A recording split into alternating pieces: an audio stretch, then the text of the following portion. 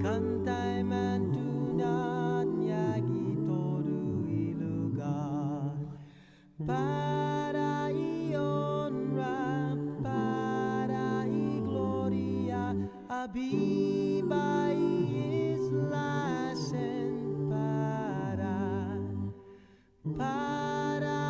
honra para gloria abibai islasen para Gitodui tempui pas para hita dan gini langit na bendisyon Contrai peligro na fansafuham Deus protege languam Contrai peligro na fansafuham Deus protege languam. Good morning, Guam, and thanks for joining us here. Containing COVID, it's the KUAM News Takeover of Guam's favorite I-94, Day 10. Yes, we are in Day 10 of public health emergency and a mandatory social isolation period. I was just thinking last night, wow, it has been 10 days. Thanks for keeping track. I lost track. I wasn't sure what day. I don't even know. Is today Tuesday? Today's Tuesday, Wednesday. Today is Wednesday, Today's Wednesday. Sabrina, Okay. all day, the 25th day of March. Thank you. Here's what we got going on the show today. Scheduled, we want to talk with Major Tom from the Salvation Army, find out what they're doing because I know they are doing some things. The Legislative Health Chair, Senator Therese Terlahi, going to check in. We're told we're going to get a call from Linda DeNorsi of the Department of Public Health. Also, we're going to talk with Pika Farron and find out how Kadu, and they've got a new program, a way you can give to those in need and also fill your stomach at the same time. Sounds like a win-win to me. What else we got going on today? Of course, we're going to give you guys all the information on COVID-19 every day. There's a lot of info coming out, which is why we decided to kind of do this morning show, Facebook Live. Good morning on you. And again, our phone number is 637-0094 if you want to call in. 608, like I said, day 10. And the order extended, of course. We're going all the way to April 13th. Press conference yesterday, Sabrina. Right. It was a long press conference. There was a lot of information and a lot of clarification, I guess you could say. But last night we got the latest numbers from the Joint Information Center at 8:45 p.m. And that's when everyone found out the news that there were an additional 3 new cases testing positive for COVID-19. There were a total of 233 tests. I know 190 doesn't necessarily, you add 38, it doesn't necessarily add up to 233, but I did ask Crystal Paco, and I guess they had to review the numbers from the lab, and so the new total number of tests that were conducted is 233 tests that have been performed since March 12th. But 38 tests were conducted, actually 40, but 38 were conclusive, and the remaining 2 were inconclusive, which means that I guess it wasn't positive or negative. So 38 and 3 new positive cases, which brings us to a total of 32 positive confirmed cases of COVID-19 on Guam. Right, and we do have a breakdown, or do we, Sabrina, about who's in home isolation, who's at the hospital? Yeah, we do. This is the breakdown released last night, and this is just on the 29. They don't have the not new including the information. 3 new Right. positives. They work a day behind, and when they issue it at late at night, they're not able to get the Details on the new positives. Just the number. Right. So this is based on the previous 29 confirmed cases. The status of that is 21, stable condition, 5 hospitalized, and then there's 1 deceased. The gender, 12 male, 17 female. residential location. 7 are from the north, 14 from central Guam, and 7 from the south, and 1 is still under investigation for place of residence. Travel history: 1 Japan, 5 Philippines, and 1 U.S. mainland. That would mean that the remaining are locally acquired. Wow, 1 United States. Yeah, and that was the same as yesterday. That one was from the U.S. mainland. The age group: 1 is in their 90s, 2 are in their 80s, 11 are in their 60s, 4 are in their 50s, 5 are in their 40s, and 3 are in their 30s, and 3 are in their 20s. Okay. Yeah, so there was that late release last night coming out from the Joint Information Center, and then the press conference with the governor yesterday, which we broadcasted live on our Facebook page. She basically officially signed that executive order.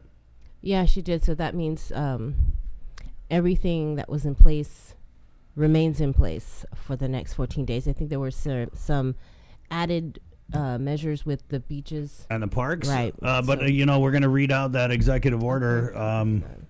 It'll take you a little while. You want to drink some water first or something, or? I know I didn't really have my coffee this morning. Right. A little, but all right. So I can read this. Whereas on March 14th, Lourdes Leon Guerrero, Imagahagan Guahan, Governor of Guam, acting pursuant to the power provided to me by the Organic Act and laws of Guam, declared a public health emergency in the island of Guam due to the potential dangers posed by the 2019 novel coronavirus, or COVID-19. Whereas 2 additional executive orders have been issued to mitigate the spread of COVID-19 by mandating social distancing policies. And whereas there is a need to continue and implement further strategies to prevent unnecessary gatherings and social activities. Whereas while important functions of our government are executed by public agencies in meetings that are open to the public, such as publicly attended meetings, would jeopardize our efforts to slow the spread of COVID-19 throughout our island. Whereas since the declaration of the public health emergency, Guam has confirmed several cases of COVID-19, and such cases are being monitored at various approved facilities and homes. Whereas after consultation with medical leaders in the community, it has been determined that both public and private medical facilities must coordinate to best provide access to care, preserve resources, and facilitate efficiencies. And whereas to best do so, the government of Guam must prepare and transform the island's health system to best respond to the community spread of COVID-19 on the island. And whereas the federal government has enacted laws promising extraordinary resources to assist states and territories in their efforts to contain COVID-19. And whereas all collaborating entities, both private and public, are prioritizing the medical response and agree that services rendered shall be subject to a uniform rate schedule and will be reimbursed by programs initiated by the federal government. Now, therefore, the governor of Guam has amended and hereby orders the closure of non-essential government of Guam offices. All non-essential government of Guam offices already closed and which have suspended services pursuant to her executive order and shall remain in such status through April 13th. The closure of all schools, all public and private schools closed for educational purposes, shall remain closed for such purposes until April 13th. The definition of habitual truancy pursuant to public law is suspended. Student absences due to school closure and absences connected to the transmission of COVID-19 during the effect of this executive order shall not contribute to the calculation of habitual truancy. Extension of prohibition of on gatherings and mandatory social isolation. The prohibition on public gatherings or congregations set shall be extended through the 13th. Closure of public parks and beaches. This is effective immediately. All government of Guam public parks and beaches shall be closed to all activities except for individual use for purposes of exercise, both physical and mental, subject to the social distancing mandates contained in the executive order. She's also ordered that suspension of certain provisions of the open government law. And as you heard in that press conference, for those of you who watched it, it's because of the laws that mandate the public notice for meetings. And so in this emergency situation, meetings are happening rapidly, and so that's why there's a suspension on the open government law. I want to talk about that a little bit more later on. Okay. The creation of the COVID-19 Unified Response Effort, or CURE Action Team. The CURE Action Team is created to offer advice relative to the appropriate medical response to the COVID-19 pandemic. Colonel Michael Cruz, or the Dr. Michael Cruz, who serves as the governor's chief medical advisor and the Guam Army National Guard State Surgeon General, is appointed by the Public Health Authority to lead this action team. The CURE Action Team shall consist of representatives designated by the Public Health Authority's appointee with approval of the governor from the medical and healthcare provider community, including representatives from the public and private sector. The chief medical advisor shall have the authority and responsibility to carry the directives of the governor relative to the public health and medical response to the COVID-19 pandemic. The Public Health Authority's appointee, with the approval of the governor, shall have the authority over the following: direct use of healthcare facilities in accordance with provisions of law as a condition of their licensure, authorization, or the ability to continue doing business on Guam as a healthcare facility. Healthcare facilities throughout Guam are directed to provide any and all services necessary to respond to the COVID-19 pandemic. The use of a healthcare facility may include transferring the management and supervision of the healthcare facility to the Public Health Authority. The Chief Medical Advisor also has the authority and responsibility to direct healthcare providers. Wow, so that was the taking over of the clinics that we heard the governor talk about when she addressed the Guam Medical Association a few weeks ago. Right. Also to create standardized protocols, all healthcare facilities or healthcare providers, their employees and agents providing services in direct support of any CURE Action Team shall adhere to all issued standardized procedures. Control healthcare supplies. The Public Health Authority, either through the CURE Action Team or on its own, may exercise its full authority under the provisions of public law. Liability. Any healthcare facility or healthcare provider, its employees and agents providing services in direct support of any CURE Action Team COVID-19 response plan, directive, guidance, or instruction shall be entitled to immunity under public law in connection with its performance under this order, which shall be in addition to any other immunity, limitation of liability, right or remedy to which any entity operating as a government medical facility or its agents or employees may be legally entitled. The Guam Memorial Hospital, as part of the COVID-19 response plan, GMH has been designated the COVID-19 hospital facility. GMH will provide medical services for patients who have tested positive for COVID-19 patients and COVID-19 related illnesses as directed by the Public Health Authority with the approval of the governor. The term of this collaboration between the government and GMH for services during this state of emergency and charges for such services and provided by GMH shall be reimbursed and or billed at a rate set forth in a memorandum of understanding between GMH and the government. GRMC Hospital Facility. GMH, the designated COVID-19 hospital facility, does not have sufficient capacity to support the island's needs. As part of the COVID-19 response plan, the Guam Regional Medical City is designated as an alternate hospital treatment facility for GMH's non-COVID-19 patients and directed to provide medical services for GMH non-COVID-19 patients as directed by the Public Health Authority with approval of the governor. Any and all services and use of the GRMC hospital facility provided by GRMC, required by the government of Guam as determined by the CURE Action Team from time to time, including but not limited to the use of various departments and areas of its facility, housekeeping, dietary need, medical service, and drugs shall be deemed to be covered under this order. Section 7 of this order shall apply to GRMC and its employees and agents. The terms of this collaboration between the government and GRMC for services and use of the GRMC hospital facility during the state of emergency and charges for services and use shall be reimbursed and or billed at a rate set forth in an MOU between GRMC and the government. As for healthcare clinics, as part of the COVID-19 response plan, Healthcare clinics, including surgical centers and the community health centers, are directed to provide such necessary healthcare services as instructed by the Cure Action Team. Access to and disclosure of protected health information. Public law shall apply to any healthcare facility, healthcare provider, or healthcare clinic, its employees and agents providing services in support of any Cure Action Team COVID-19 response plan, directive, guidance, or instruction. Enforcement. Individuals and businesses who refuse to comply with this order or any of the applicable provisions of the executive orders that she signed thus far may be subject to fines and or, in the case of businesses, the termination of business licenses. Public Health and Revenue Tax may issue guidance relative to this order.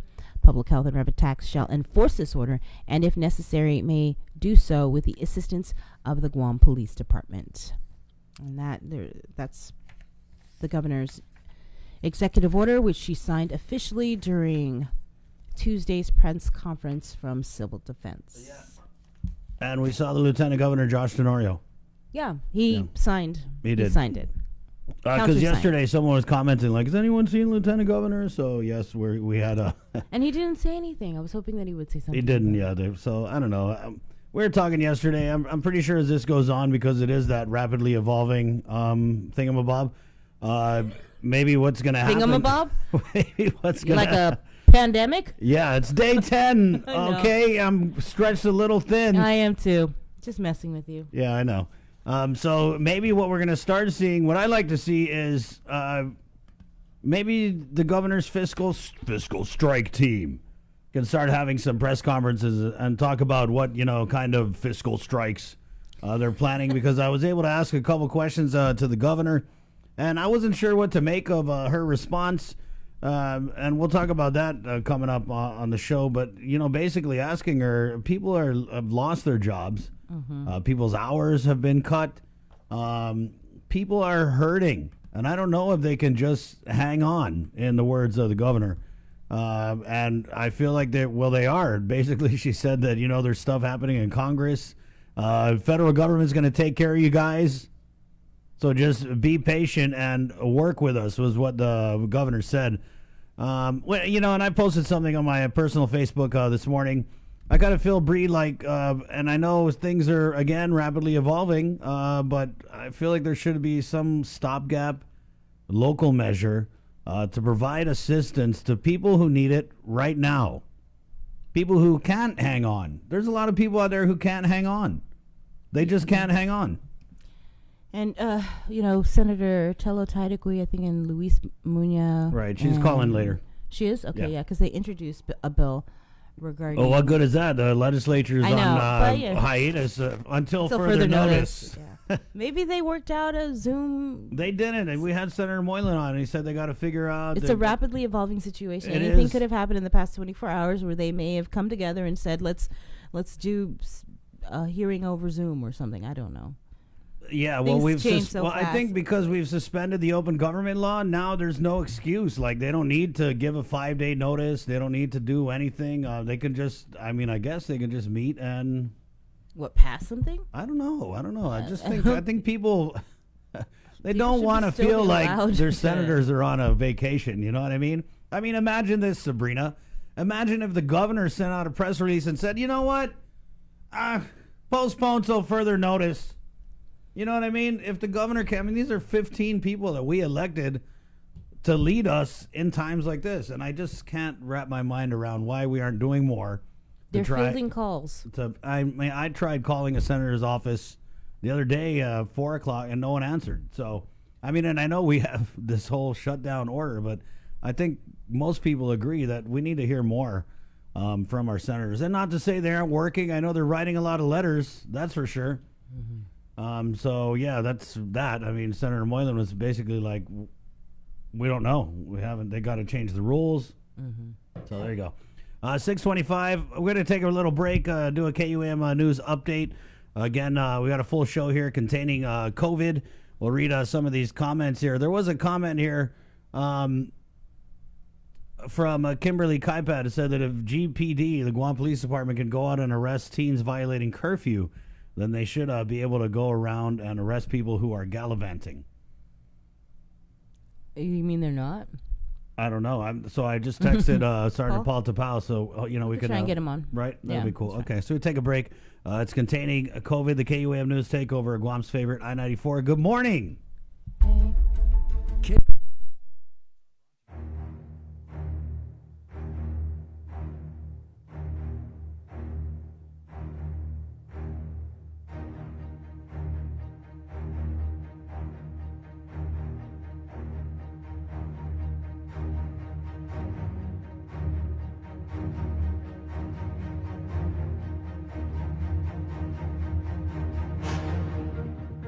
Be healthy. Be informed with ITD.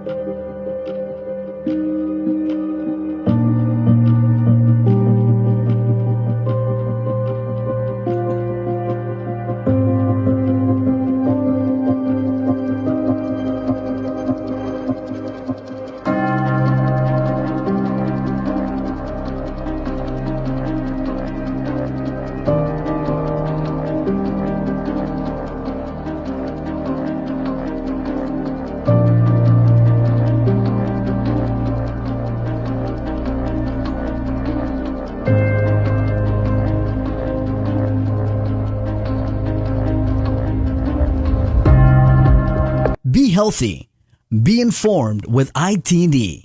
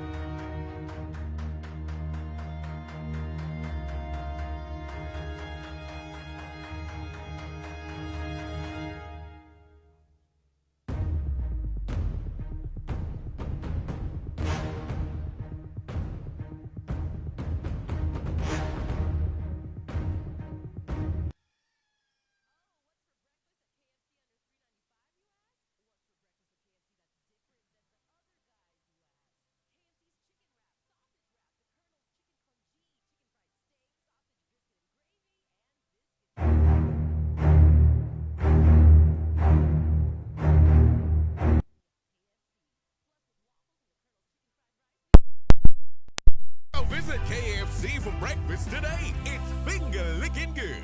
Every hour during the month of March, I-94 FM will play a Chamorro song in honor of Mesh Chamorro. Every hour is an opportunity to honor the trailblazers and visionaries within the Chamorro music. Content Chamorro, Para y Hora, is presented to you by Matua's Bar and Grill, home of authentic Chamorro cuisines. Call 969-6184. Watch me whip, watch me native, watch me whip, watch me native, watch me whip, watch me native, watch me whip, watch me native, watch me whip, watch me native, watch me whip, watch me native, watch me whip, watch me native. Hello, everyone. Watch me whip, watch me native. Good morning on you. My buddy Ulu and the boys from Mixed Plate, Little Whip Nene, 631, containing COVID, 637-0094. Give us a call. How are you on day 10? I'm worried about you guys. How are you holding up? Give us a call, 637-0094. How are you holding up, Bree? Loaded question there. She's like, do you really want to know? How long we Don't got? want to know. How long we... Okay. I'm tired, but, we have a job to do, so We do? I'm Yep. here. Yep. It's a different kind of tired, right? Not necessarily like I didn't get enough sleep tired. It's like so much going on tired, hard to process, but just got to do the damn thing anyway kind of tired. That's the kind of tired. All right, 6:31. And I know you're tired. Good job, by the way. Hey, Thanks. Hogamos. Sorry, I didn't mean to Yeah, touch you. don't... Sorry. All right, so hey, we got a bunch of comments on the Facebook. I want to say good morning to Steve Claros. Miss you.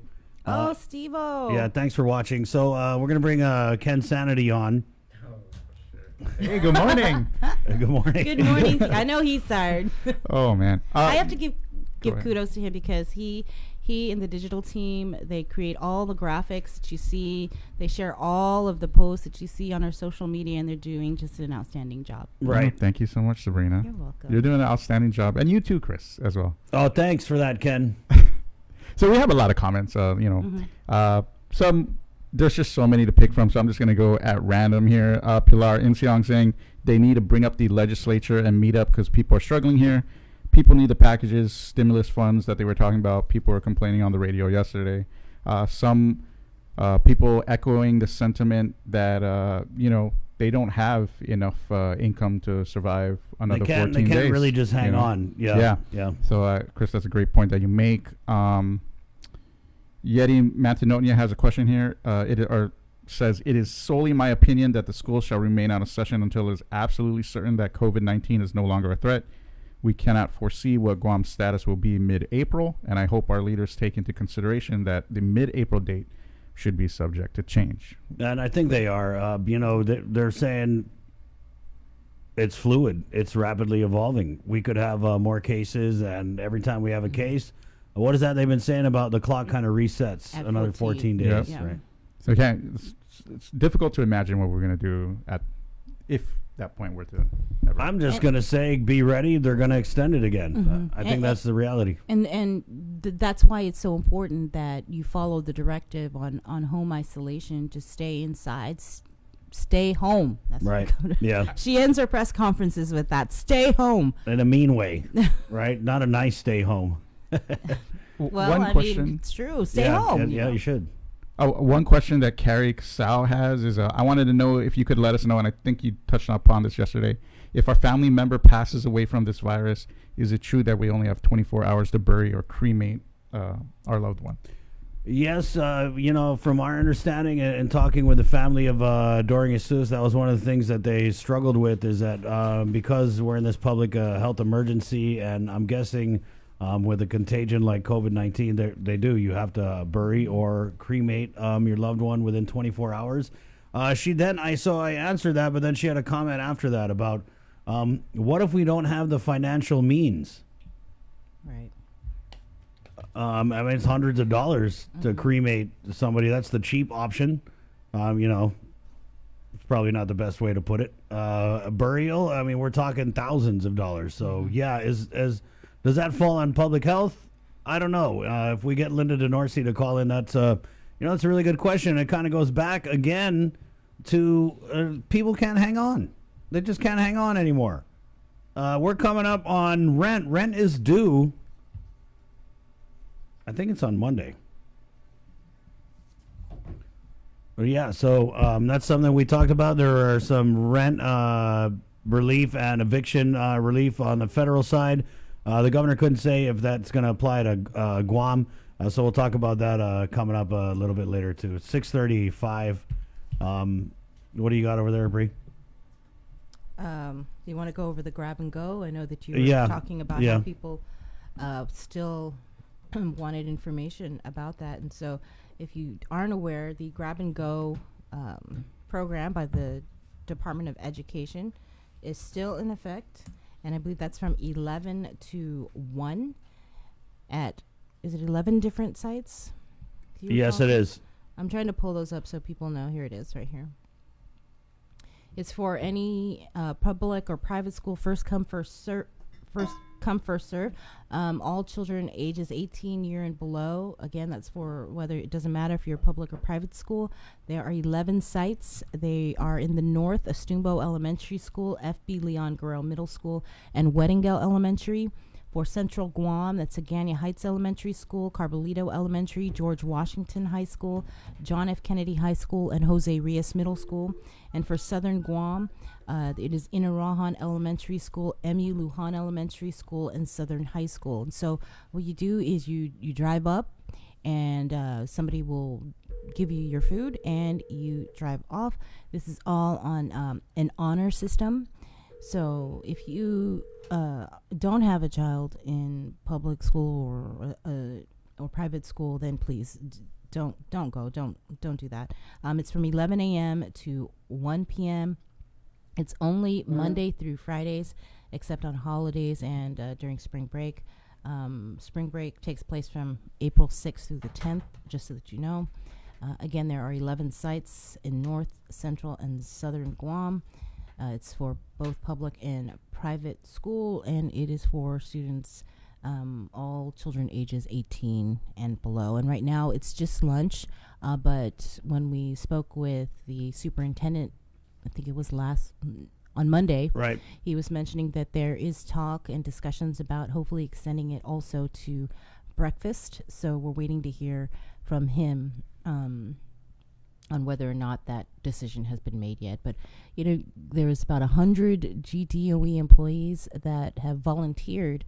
So kudos to them, and thank you for what you're doing to help with this program. Right, and so we got one of the top comments we get when we talk about this grab and go program is people want to know, do we have to bring the kids as proof of, you know, how many kids? You don't have to bring the kids. It's, again, like Sabrina said, it's based on an honor system, and the whole idea is that we're trying to minimize the number of people that are out here driving around doing stuff. So, you know, leave the kids at home with dad or auntie, Nino or Nina, and you guys just go run to the different sites. He had something on Twitter, John Fernandez, superintendent. Based on the number served today, this was posted yesterday, we'll be preparing 10,000 school meals for today.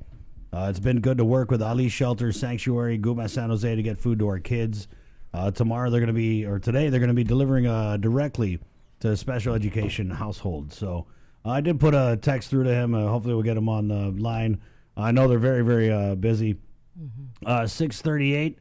What else we got coming up here? Sergeant Paul Tapau said 7:30 he'll call in. So what are some of the things the Guam Police Department is doing? What are some of the things that you want to ask about, Bree?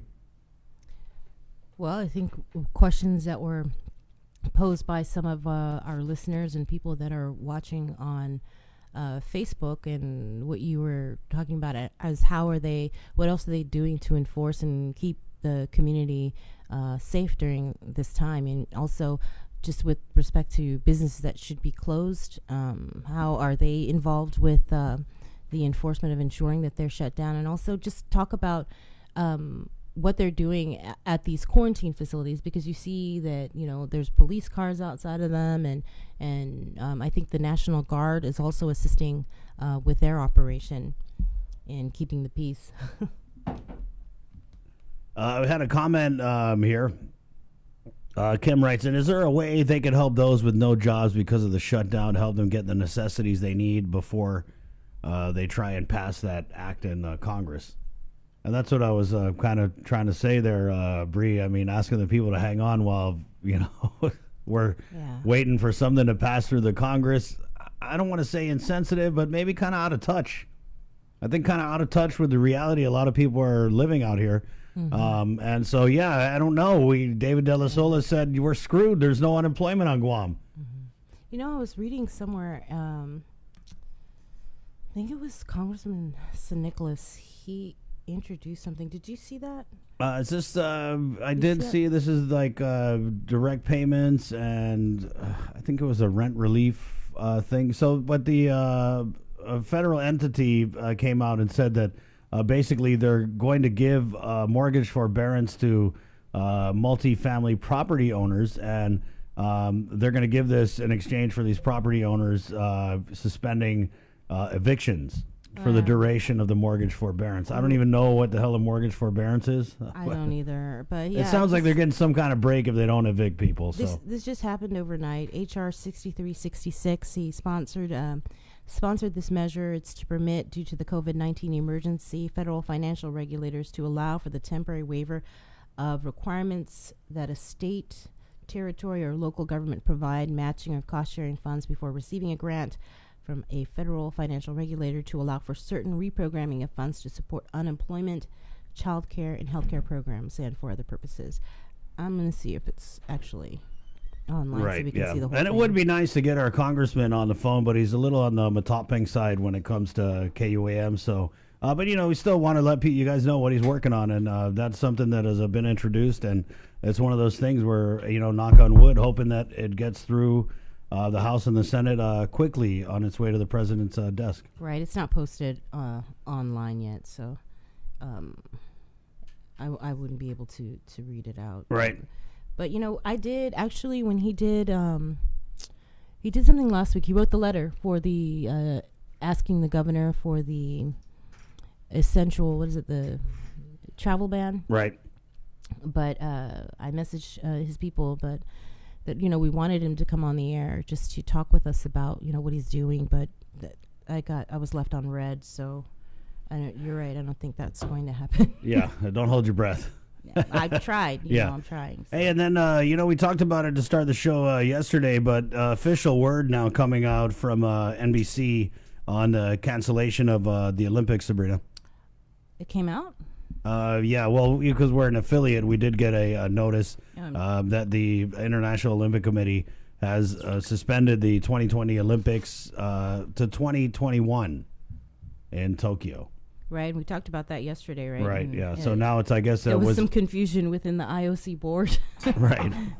So now you know. Now that's a done deal. Yeah. And that's just one of those things, graduations, the Olympics, the NBA season. I'm pretty sure the NFL, I mean, how can they have an NFL season if they can't even come together and practice and all that? Mm-hmm. Right. Is that a call? That is. So I got to go and do that, Bree. And I guess we're going to play news. And 637-0094 is our number. It's containing COVID on Guam's favorite, the KUAM News takeover of I-94. Good morning.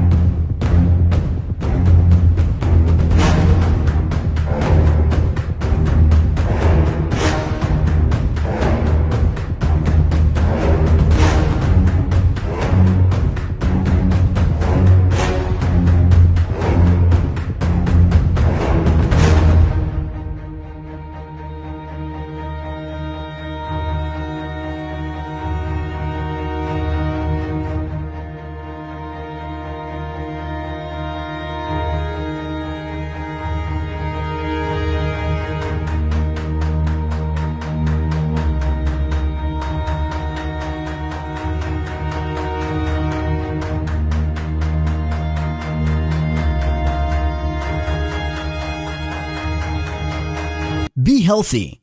Be informed with ITD.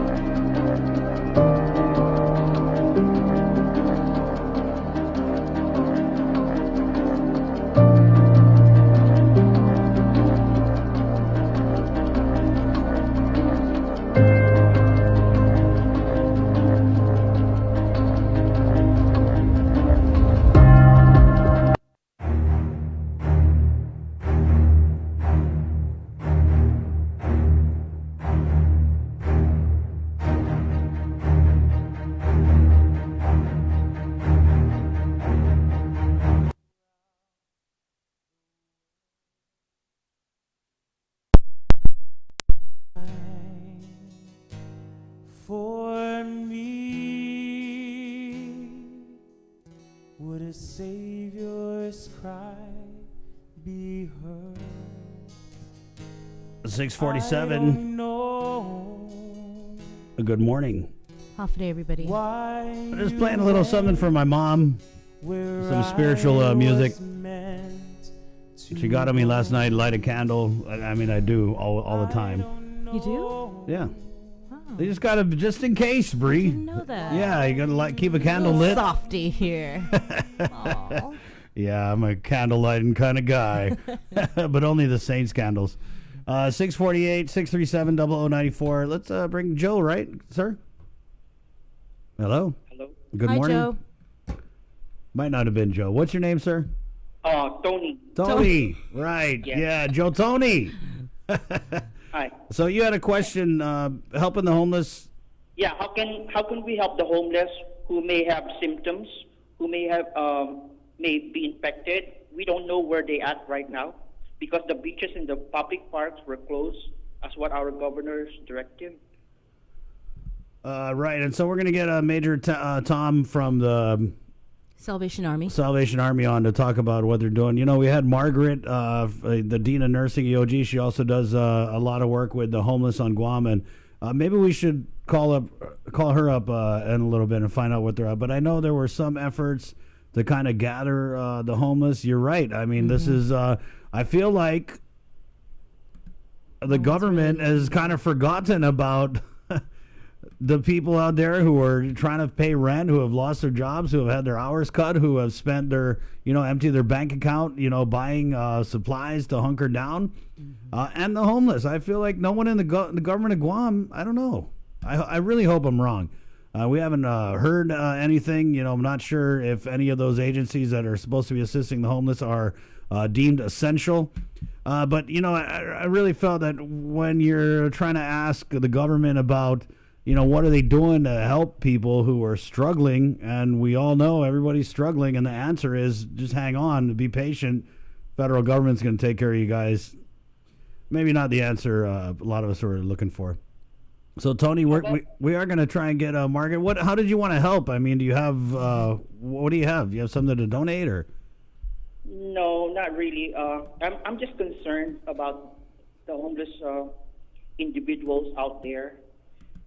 Because I'm one of the members of the Sagamami program that helps individuals with who are homeless, and it's just that we're trying to help in any way we can to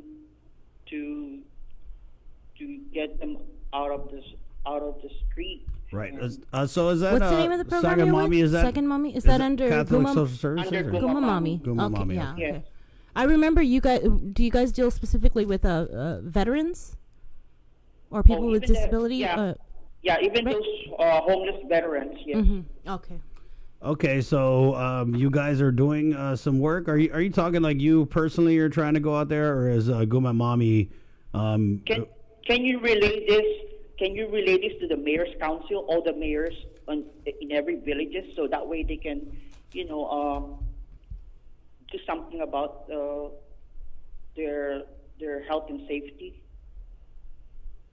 Yes. So Okay. you want us to relay that you're concerned about the homeless to the mayors, or is there like a Yeah, specific even message? to the since you mentioned about Salvation Army and whoever are other service providers that are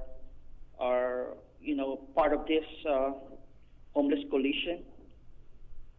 Okay. Yeah, Tony. So we talked with Margaret, and she did say the homeless coalition was working on. I don't know if they were trying to just gather them, like I said. So we're going to check in with them this morning and figure out where they're at, Tony. All right. Okay. And Okay. so All right. thank Have you. a nice day. You too. Take care. There you go. I think I remember Sagamami. They actually had a presentation before the Mayor's Council of Guam, giving them during one of the last meetings that I went to. I want to say it was about a month ago, and they did a presentation before the Mayor's Council of Guam, giving them an update on some of their programs. So they do need assistance, and so even with if you know what's happening with the homeless population, give us a call at 637-0094 because we Thanks, haven't. Bree. Well, I mean, we haven't heard anything. You're right. We haven't Yeah, heard I anything mean, from look, the Joint Information Center on what's happening and how they're dealing with our homeless population. I know didn't Mayor Luis Rivera mention something about trying to assist them? I can't remember if she did or not, because Sagamami, as I recall, is located in the village of Tamuning. So, and they have a huge homeless population there. But again, Tony, thank you so much for calling in. We will definitely, hopefully we can get a question into the governor during their press conference today, because they do typically hold their press conferences, or at least that's the trend we've been seeing, that they've been holding press briefings at 1 o'clock from Civil Defense, and she has her team of people around her to answer the media's questions. We are regulated, though, in the amount of questions that we're able to ask. They have all the reporters in their Zoom press conference, and everybody gets 2 questions, and then 3.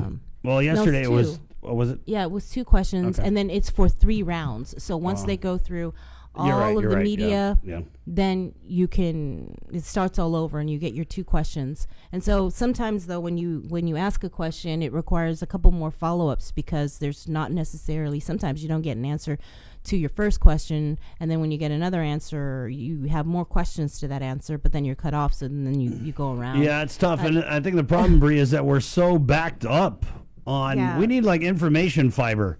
We're so backed up in trying to get information that when we go into this press conference, it's like, do I want to ask my question from 3 days ago, or do I want to try and decipher what they just said? Mm-hmm. And so, yeah, you're right. I asked a question yesterday. Hey, what are you going to do for these people who are struggling? And it was like, they just hang on. The feds are working on something.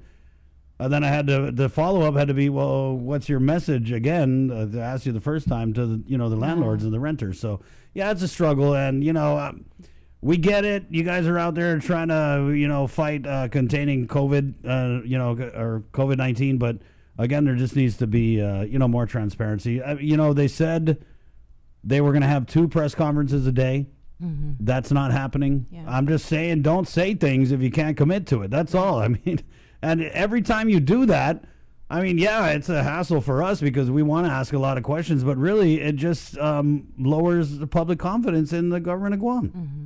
Well, what I would like to invite the Joint Information Center, if they're watching right now, is that when questions come up, if you can't answer the questions, or we're limited to the amount of questions that we can ask during the press conference, if you were watching the stream, maybe you should jump on at some point and answer some of the questions that some of these people have on our Facebook stream, so they're not left hanging and not knowing what to do. So I urge you, if you have the time, I mean, you Or have you have all the racks, clearance. I don't think it's the response time. I activity think it's coordinators the clearance.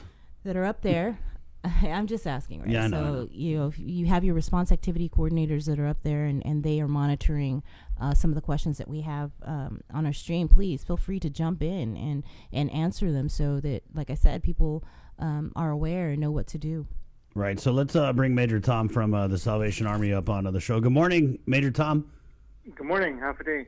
From the Salvation Army. So we just had a call in. A guy was saying, what can he do to help the homeless? And I know that's a big part of what you guys do. So what can we do to help the homeless, Major Tom? Well, that's a good question. Right now, we are still open. As you know, we're part of the essential services that are open. The Lighthouse is open with the Souls in the Building.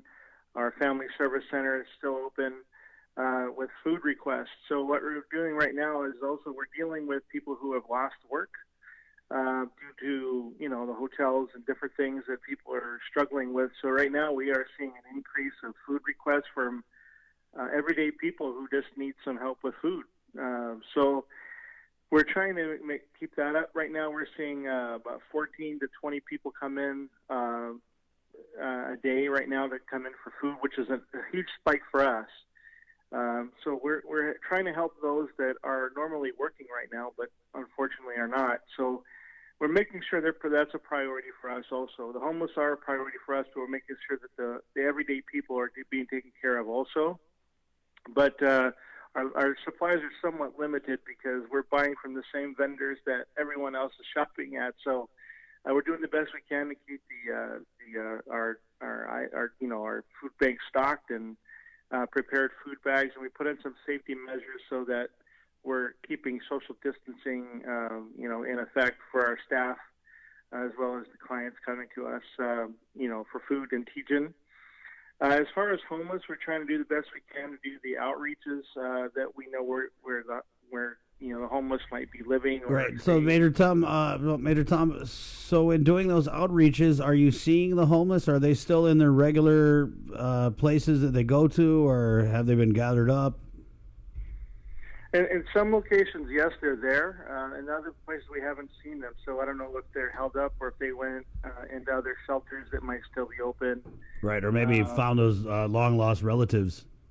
Yeah. We're seeing some people, but a lot of people, again, some of our homeless people, they're living in their vehicles, so sometimes they're able to move around. So some of the hot spots that we know that some of the homeless might be living have gone to see or check some of those locations to see what we can bring, to see what they need. But again, we're trying to keep up with both with the homeless and, of course, our non-working folks right now. Major Tom, if I'm waking up this morning, no food, kids hungry, I'm going to try and go to, get a grab-and-go meal. If I want to come to Salvation Army, what services or what kind of assistance is available?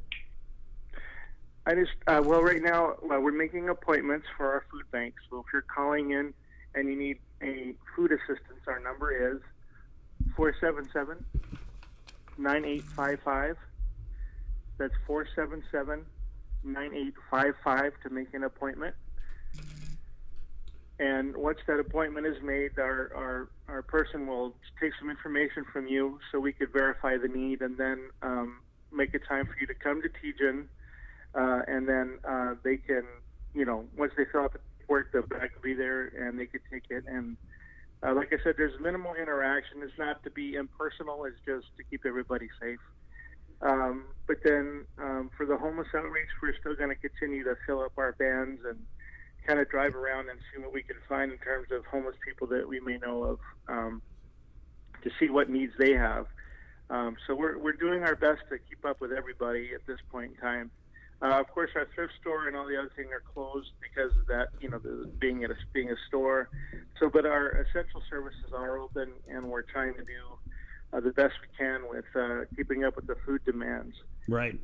So that's what we're really focusing on right now. Yeah, we're getting a lot of calls of people asking about emergency food stamps. I mean, it's hard to get anyone from public health nowadays. So that's what people are wondering about. They're wondering about, how am I going to pay the rent?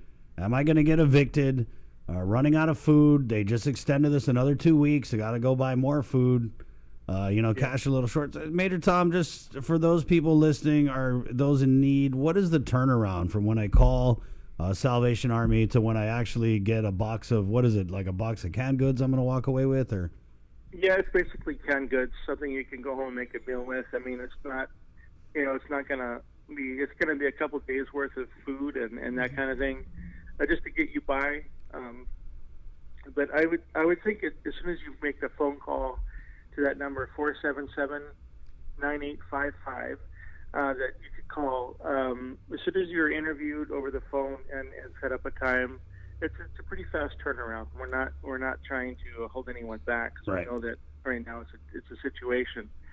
But the other thing I would think, the only thing I would say is that for those that can donate monetarily or even bring canned food, we could sure use it because we're going through it pretty fast. We've been buying from Costulas and other vendors to, buy, water and different things for people. So we're going through it as soon as we could buy it and put it on the shelf. So we're trying to keep up with the demand as much as we can.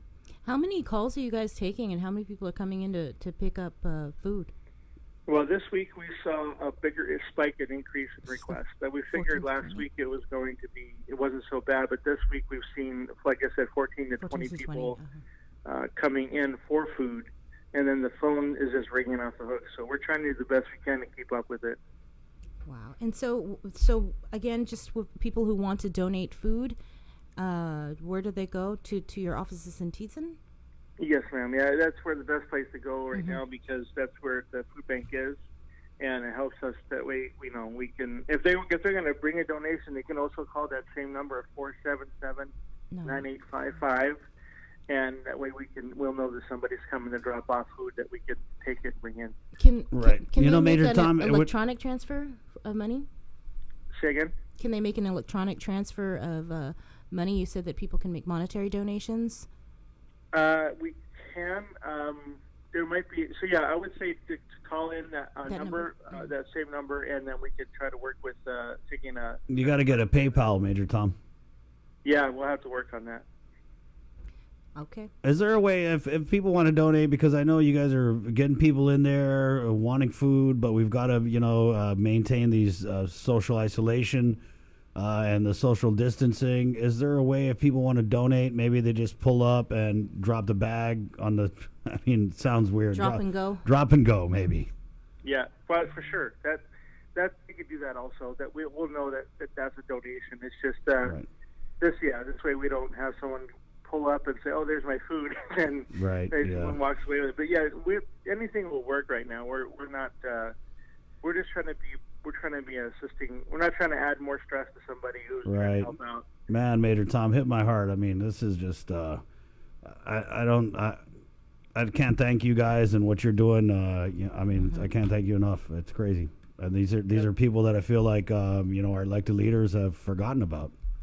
Yeah, and like I said, we're really focusing on prioritizing a lot of the families that have lost income due to this the COVID-19, and so we're really making sure the families that are coming in that normally would be working right now, like I said, or walk away with something. I mean, we're trying to do the best we can. So Right. we're not going to turn anyone away. We're going to do the very best we can for them. And you know what?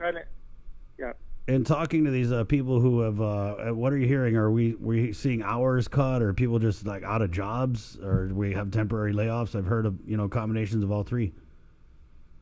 Yeah, basically that's it. I mean, we got people who would in the hospitality industry, the kitchens, the various industries that we see like Tumon would be bustling right now. So a lot of them they've got cut hours, and so it's not necessarily the standard. People who are going. These guys are living paycheck to paycheck basically, and so and when both couples lose their income, and then their kids are at home, so you have more mouths to feed, and so it just becomes more of a problem to keep everybody fed. But we're, like I said, I do see that people are trying to keep their hopes up. I do think that that they're trying to get past this, but the Salvation Army is going to be here, and through like every other disaster that we've been here, and so we're going to work through this the best we can. And we just, on top of giving out food, we are praying for the island. We're praying for you guys who are getting information out. And even for our leaders, as the Bible tells us to pray for our leaders, because they're just trying to figure all this out as well. So while there's a lot of questions, we also go to a higher power and ask him to help us do this. Sergeant Tom, I wanted to ask about Major Tom. Major. Sorry, I gave you a demotion. Sorry about that. Okay. I wanted to ask about the status of the Lighthouse Recovery Center. Yeah, so the Lighthouse with Ms. Val and all our great people over there at the LRC, it's still open because we have men in the program there. We're right now not doing any new intakes at the moment, but we do have people in the program that are basically locked down, but they're still providing services through, the counselors and all that are doing still doing programs and all the things that happen at the LRC. Some of our counselors are also doing the telemed conferencing with some of their outpatient services. So there are still services happening through the LRC. It's just we, like everybody else, are trying to learn this new curve of how we're going to provide services during this time. Can you tell us about the Family Services Center, Major Tom? Yeah, the Family Services Center is our FSE program, and that's a housing program. It's our HPRP, which is Rapid Rehousing and Permanent Housing Program, and that we have the EST grant that comes from HUD through GURA, and so basically families. That's a little bit of a longer process, but they can still call in if people are needing challenge. Homeless prevention is just that, is where people maybe, like I said, they're waiting on their paycheck and they're lost hours, and so they don't want to become homeless. So that program could be, if they're available, if they fit the criteria, it could be a candidate for that program. And that's 477-3529. 3529, yeah. Right. Okay. Are you seeing a lot of inquiries about this program? We're seeing not at this time, but as our staff, we told our staff that it's gonna probably pick up here as the 30th approaches and rent starts being due. We're probably gonna see some of those requests come in. So you're saying people can't hang on, is what you're saying, Major Tom? Yes. Right.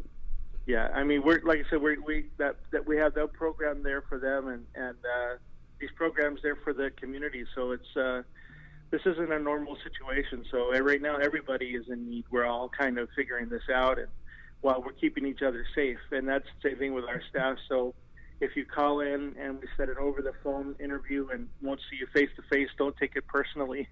It's not that we don't care about you; it's just we're trying to keep everybody safe. Right. And that kind of thing. So we're trying to, like I said, we're trying to provide the services, but do this on a learning curve for us. So. Well, I just appreciate that you guys aren't passing the buck off to, the federal government or anything.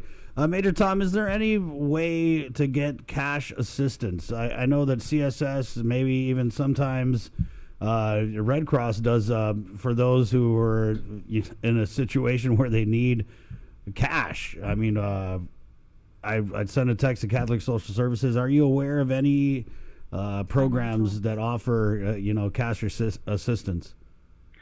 We do not. We don't have that ability or Right. that funding stream to offer cash assistance. I mean, that would be nice. And probably more effective, if anything, for people just to get the money they need to help them. But we usually work through a vendor. Like we would work with their landlord. We would work with, that kind of thing to make sure their rent is paid and that kind of thing. But at this point, we don't do cash assistance. Okay. Just checking, Major Tom. So thank you again, and hopefully we're going to send some donations your way today. All right, that's good. And we may be also working with some first responders here soon, with some of our nurses that are working tirelessly to make sure they're hydrated and got food and that kind of thing. So we're trying to look at every angle possible to serve the island. Thank you so much, Major Thanks. Tom. And you got my number. You shoot me a text or WhatsApp at pics or anything. If you guys are out there doing stuff, let us know so that we can share with the people of Guam the great things you guys are doing to assist those most in need. Will do. Thank you, Thank Major you. Tom. All right, God bless. Bye. Oh, there you go. Well, there you go. Salvation Army, Major Tom. Again, the donations. I kind of think it would be good just go by and, don't just throw it out of the window. But they have an area there where you can kind of pull in, and TJ and the Salvation Army headquarters there. And they do ask that you call ahead, and their number again is 477-9855. That's 477-9855. That is for the Salvation Army Food Bank. Also, if you need assistance, call and make an appointment first. Again, that number 477-9855. They also have the Family Services Center. As he talked about, they're probably going to see an increase in people calling in because that particular program helps with homelessness and people that are my ear are going to be rapidly homeless. I think that's a term that he used. Right, and that number is 477-3529. We'll get these numbers on our social media shortly after the show. There's also the Lighthouse Recovery Center. They do so much for the community. Yeah, but not doing any new intakes. So I just wanted, I have friends who have struggled with addiction. I've got friends who've beat addiction, and I just want to put a word of encouragement and support out for you guys. It's times like these where the triggers are real. So call a friend, you know what I mean? Call my friend Eric Borhag. Call Salvation Army if you guys need someone to talk to. It's very, very reassuring to know that people like Major Tom and the Homeless Coalition and the social workers, we're really just starting to think about, obviously, we're just starting to think about all these things. So if you're out there doing things to help those less fortunate, or you have any kind of program, any type of assistance that you can offer, shoot a message over to us on Facebook, call into the show, 637-0094. Bree, we got to take a break and do news. And we're going to have Sergeant Paul Tapau calling in about 20 minutes to kind of find out what GPD is doing and what they need you guys to be doing and not doing. And just real quickly, again, the number for the Salvation Army, if you'd like to assist and make a donation, because they really do need the supplies, it's 477-9855. 477-9855. And this is KUAM's takeover of Guam's favorite, I-94. We're KUAM-FM, Hagatna, Guam, containing COVID. Good morning.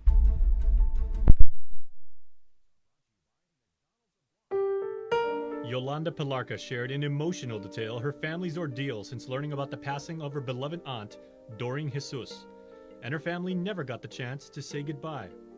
Her family learned that Auntie Doreen had fallen severely ill, primarily through the often crude, impersonal lens of social media. We never really were officially told, it was all through social media last week when we actually put it together.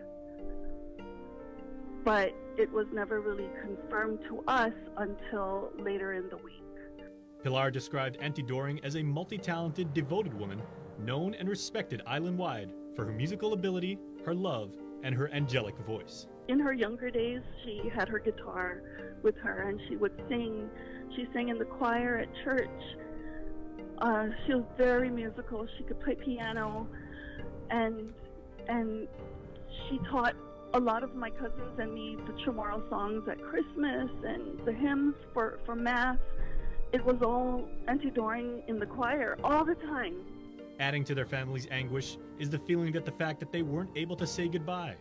And she says this has been the hardest part. Because of the isolation, my auntie was alone. And, in Guam, when we know someone is passing, we all go to the hospital or to the home. If it's happening at home, we're all there to show our support.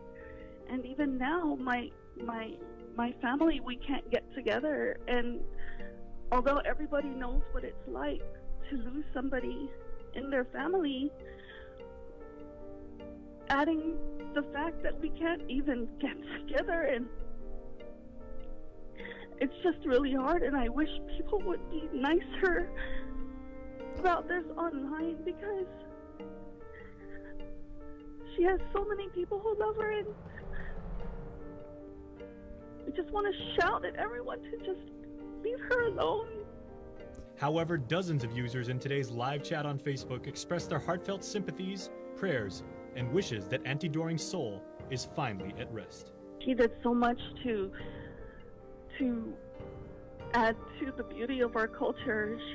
She was one of our aunties who was not shy to get on stage and be proud of our culture and sing and dance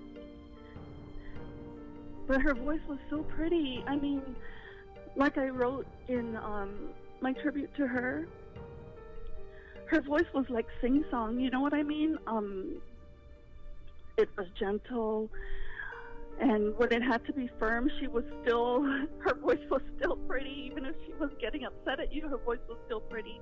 And Pilarca's family is using social media for good, helping those who wish to gather, to grieve, to offer their condolences, and to be part of the Guam family that Auntie Doring so very cherished. Now, because of the island-wide lockdown and mandated social distancing rules, funeral services and a proper burial have not been finalized. Once the advisories to stay away from each other is lifted, we will most likely hear what Lisa has planned, because Auntie Doring's life deserves to be celebrated.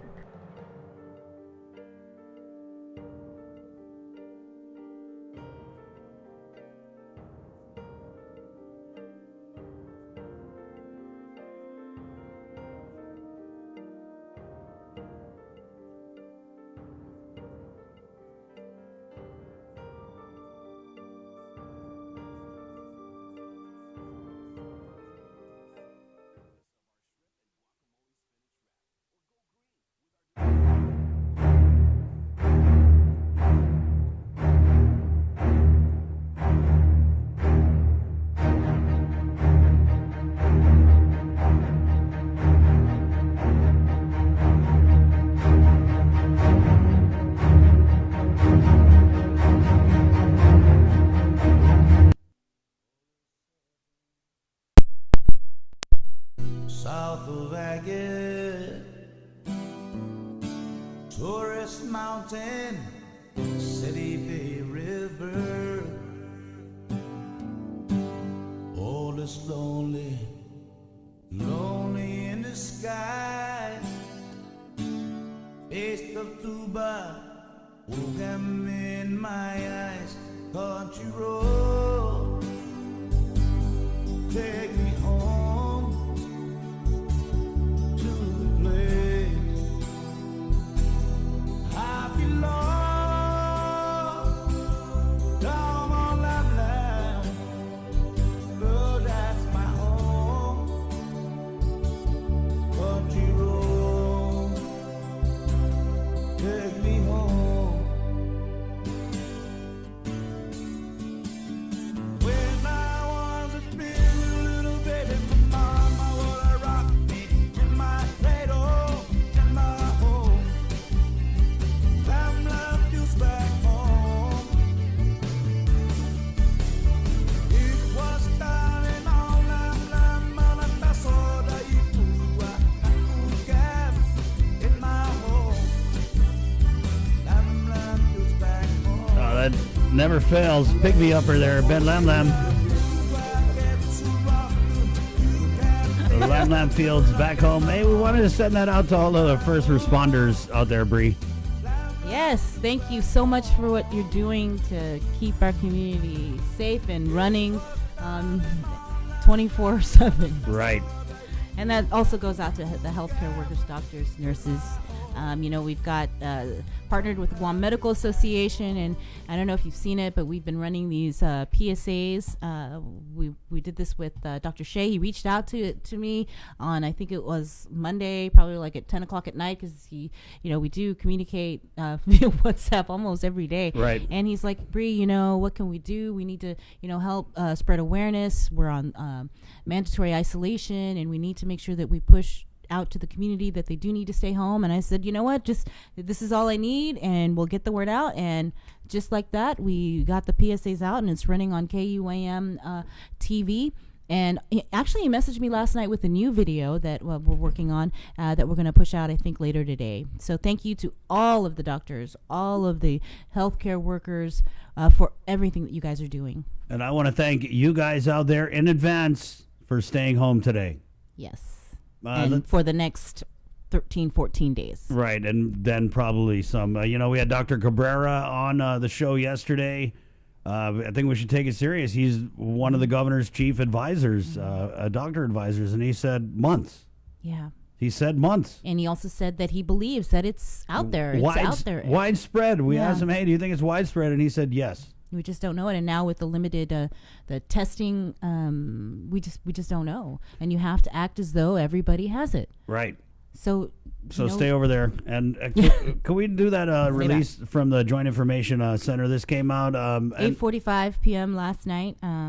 3 tests positive for COVID-19. Public Health tested 38 individuals for COVID-19 on Tuesday with conclusive results. 3 tested positive for COVID-19 and 35 tested negative. A total of 233 tests were performed from March 12th through the 24th with conclusive results. To date, a total of 32 cases tested positive and 201 cases tested negative for COVID-19 with 1 death. All 31 remaining confirmed cases are in isolation. It doesn't clarify whether it's home isolation or isolation over at the SNU facility in Barrigada Heights. The release goes on to state that GovGuam is aggressively implementing its COVID-19 response to identify and contain transmission of COVID-19 in Guam. With any change in status, anticipate timely notification. They also have a breakdown of the confirmed cases, and this is just for the 29 that were confirmed on Monday. The confirmed cases are the status 21 in stable condition, 5 hospitalized and 1 deceased. The gender breakdown 12 male and 17 are female.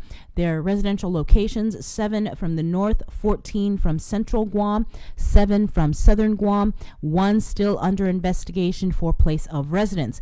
Their travel history 1 from Japan, 5 from the Philippines, 1 from the U.S. mainland, and the remaining are locally transmitted cases. The age groups, 1 is in their 90s, 2 are in their 80s, 11 are in their 60s, 4 are in their 50s, 5 are in their 40s, 3 are in their 30s, and 3 are in their 20s.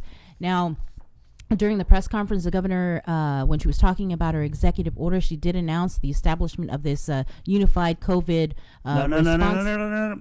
Okay. You're saying it wrong. It's COVID Unified Response Effort. It spells something. Cure. Wow. Whoever thought of that? You're getting a big fat pay adjustment. And since the open government law is suspended, there's no way we're going to know about it. So congratulations. And that was upon the advice, though, of the Attorney General. Yeah. Okay, so the governor of Guam, Lulian Guerrero, in her executive order, she created the COVID-19 Unified Response Effort. As Chris pointed out, it stands for CURE, the CURE Action Team, and the direct use of healthcare facilities to provide any and all services necessary to respond to the COVID-19 pandemic. The CURE is a multi-tiered system approach developed to maximize Guam's existing resources. This includes the designation of GMH as a COVID-19 hospital facility for all who test positive for COVID and COVID-19 related illnesses, and the use of the Guam Regional Medical Facility as the primary facility for non-COVID-19 patients. American Medical Center, FHP Health Center, and the Seventh-day Adventist Clinic will be utilized as urgent care facilities. Wow. 724. Let's get Sergeant Paul Tapao of the Guam Police Department onto the show here. Good morning, Sarge. Hey, Hafide. Good morning. Hi, Paul. Hafide, Serena. How you guys doing? We're doing pretty good. I know you're busy. We just wanted to get you in on the show. Tell us, have you guys been arresting more naughty kids for violating curfew? As the nights go by and everything, right, we're seeing about the same frequency of kids that are being taken into custody. And, it's really a matter of the community and, of course, the parents that are tribute to this, that they understand the severity of the reasons and the rhyme as to why we're doing this. I mean, we've been, enforcing curfew laws, but unfortunately this is, a state of the island public health emergency that the need now it's greater. So we've been working alongside our partners with Micronesian Resource Center in providing language in various FSM cultures about the importance of the curfew, the importance of staying home. Micronesian Resource Center has also been helping with DOE and providing information about what to do and what not to do, and understanding just the different aspects of where we are in the government. So really, as the information gets put out there, we try to work closely with the families and helping them understand what we're doing. But the frequency of kids taken into custody, it's really we're looking nowhere from more than 10 to, I want to say the medium range is about 6 kids that are actually taken into custody. Our team is working closely with the village mayors. We are also working with the village watch groups, because the neighborhood watch group is really vibrant now because everybody's staying home. So a lot of the reports are being channeled to the respective mayors, in which turn the mayors will call our juvenile investigators or the task force, or the task force team to go out there and enforce and effectuate the curfew laws. But we're seeing a steady frequency of kids that are being brought in. We want to see a decrease. That's our goal.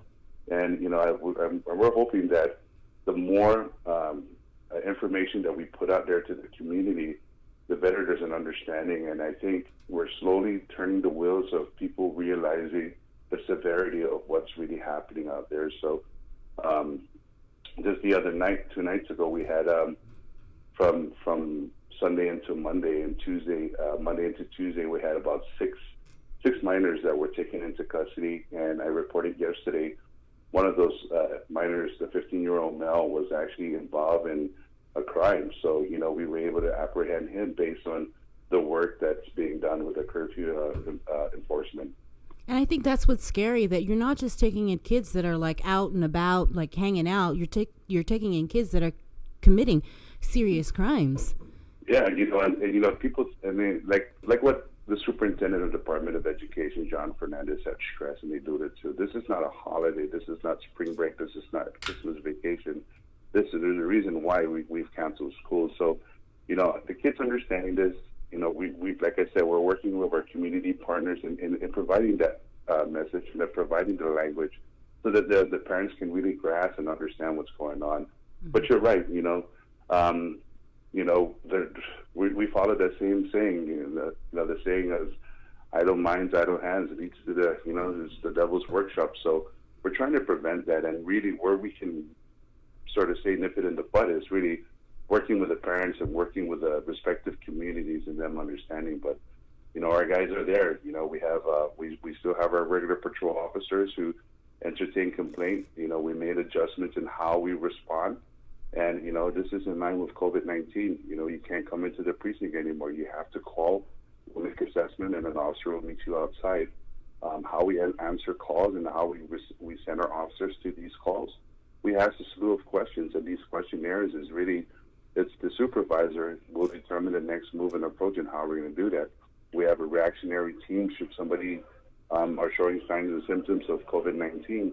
A reactionary team will provide the assistance should we need to enforce any laws, any violation of the Guam Code annotated. But this is how the Guam Police Department has shaped our structure and our function in order to better serve and provide the safety and security for the community. You said 6. Is that on average daily, weekly?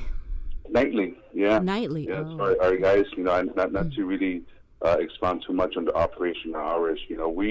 We've actually embedded ourselves in the community by way of social media, by way of connecting to the neighborhood watch chat groups, by way of reaching out to the mayors, and it's really attributed to our community-oriented policing and how we've worked to establish this trust and this relationship. And this is where we're getting the calls. This is where we're getting, and our officers are there. Our officers are responding quickly. So the neighborhood watch groups have actually played a great role in identifying where the actual hotspots of juveniles that are hanging out, that are loitering within the community, and we're pretty much laying the hammer down, and we're going out there. We're taking these kids into custody. So Hammer.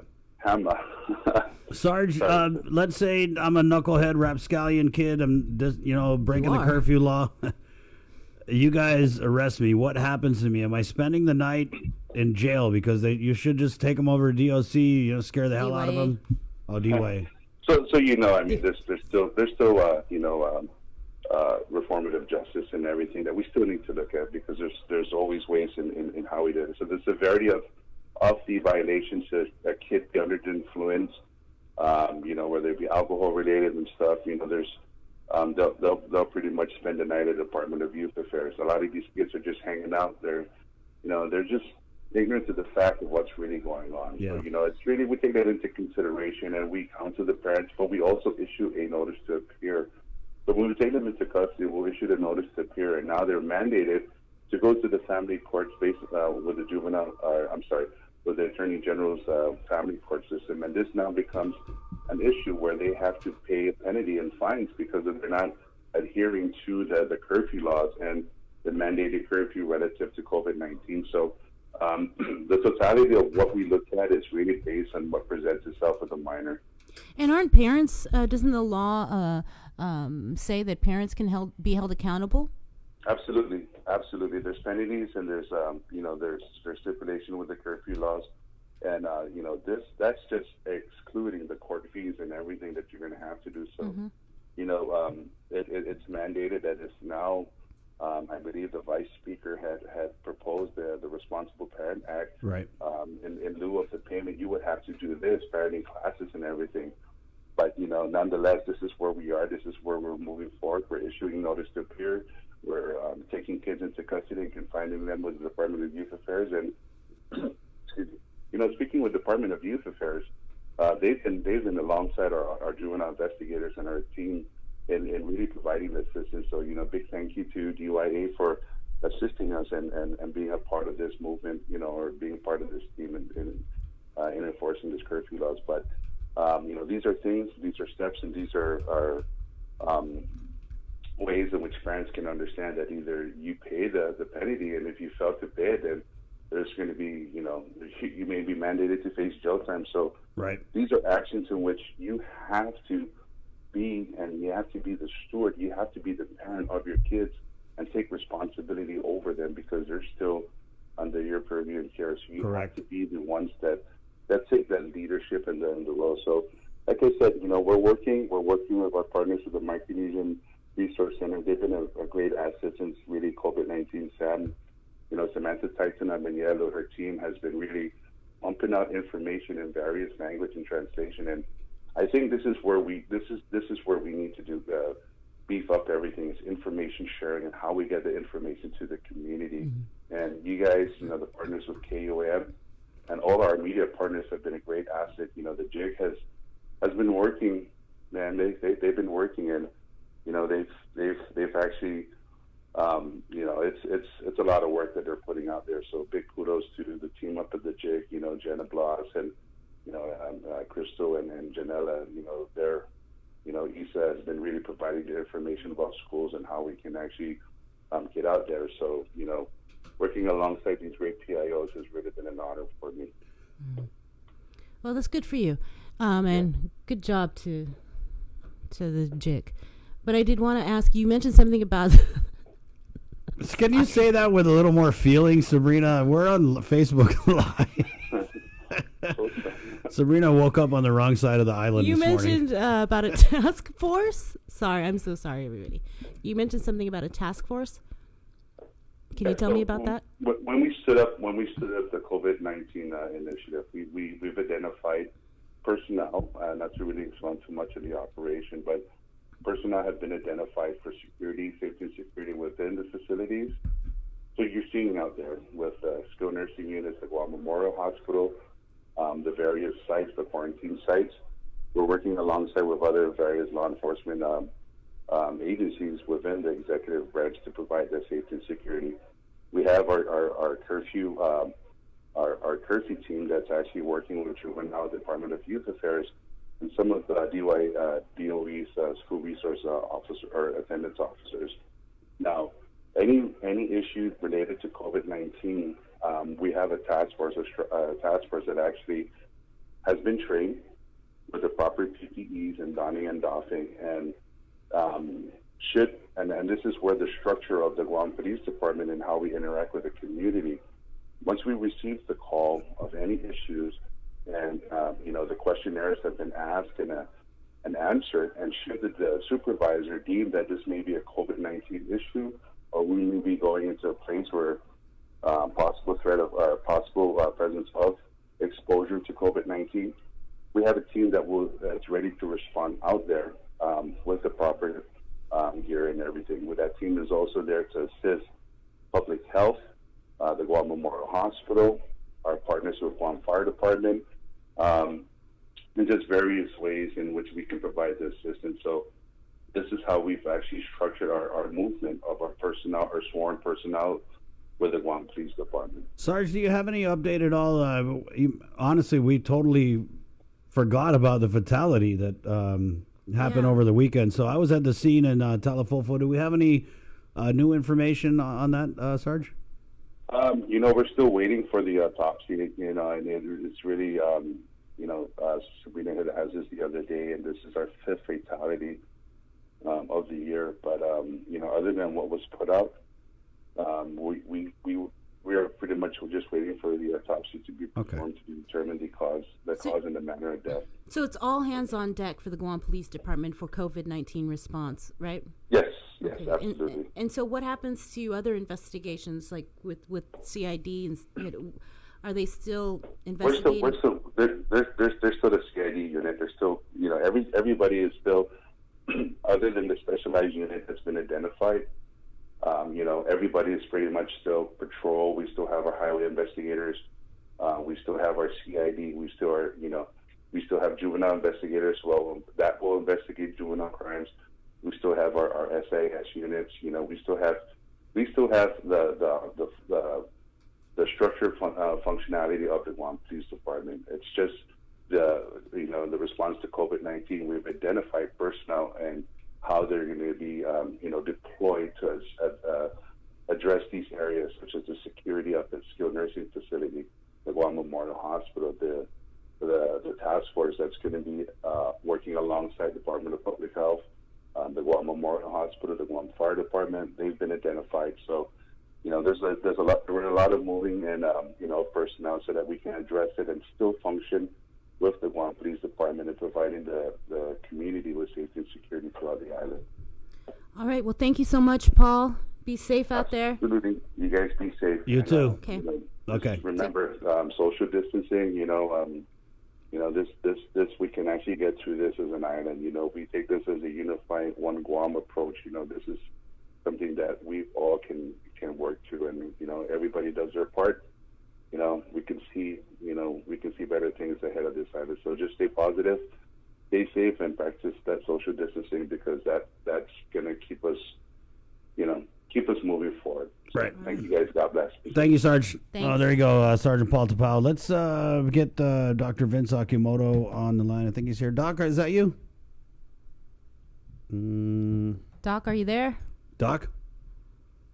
Yep. Okay, I guess we'll try Calling back him back, here. Yeah. 7:38. So I wonder if they're arresting 6 kids nightly. What did he say? 6 to 10? 6, yeah. 6 to 10 kids nightly. Are we going to see DYA get full up? That's a good question. Right. Actually, we actually should check who's in charge up there. Brennan. It's one of those agencies. I Brennan. forgot who's in charge. I think they like it that way. Melanie Melanie Brennan? Yeah, Melanie Brennan. I believe she's the Department of Youth Affairs Director. Right. So I wonder if she's on hiatus or if they're working. No, they're definitely if they're working because They're kids are definitely going there. But working. I'm thinking if DYA gets full up, maybe some alternative punishments. We allow, declare martial law, allow these officers to be able to, pull these kids' ears, do that hard pinch my grandma used to do. Or, maybe if parents aren't keeping track of their kids, maybe one of the punishments is we make the parents go around the village with a flashlight telling all the kids to go home. Yeah. Anyway, 7:38. I think we got Dr. Akimoto now. Doc, is that you? Hello. Hi, good morning. Yeah, I'd like to call on behalf of that the curfew and the kids being picked up. Okay, what do you got to say, sir? What's your name? This is John. Okay, good morning, John. And I'd like to call, because majority of the kids are out there because maybe 1, they're hungry, 2, lack of parenting. So we should really take it upon their parents, man. We should really enforce it on their parents. Yeah, that's one of the things Sergeant Tapao was saying that. No, but I strongly feel, it's being said, but they're still being lenient on it. See, me, I have 7 kids, so I make sure to stay on top of all my 7 kids. Now, these guys, they're out here doing these wrong things. Like one got caught with things that were missing, and I really don't think it's fair. And I think they're taking it lightly because where they go home to, They have no aircon. They barely have any food. Now you guys lock them up in DYA. They have a free room on board, a nice shower, and a safe place to sleep. It's like luxury for these guys. Because where they stay, the conditions of where they stay is a lot worse from where you guys are gonna put them. So it's like a overnighter in a hotel for them. But John, what would your advice be to parents out there, since you kind of seem like you have a handle on your 7 kids? Be more active with their kids, and beating's not a solution. Don't put your hands on them. Buy a basketball court, or do something. Play jacks, or just talk to them. Play jacks. Yeah, I'm breaking out the old school games. That's right. Fortunately enough, my brother-in-law was able to go to Hornet, and we bought a basketball court. So that we're in a fenced-in area where we stay. So my kids come out, play basketball, get some vitamin C on their skin. Right. Well, you have a basketball team with 7 kids. Yeah, already. And I got one cheerleader.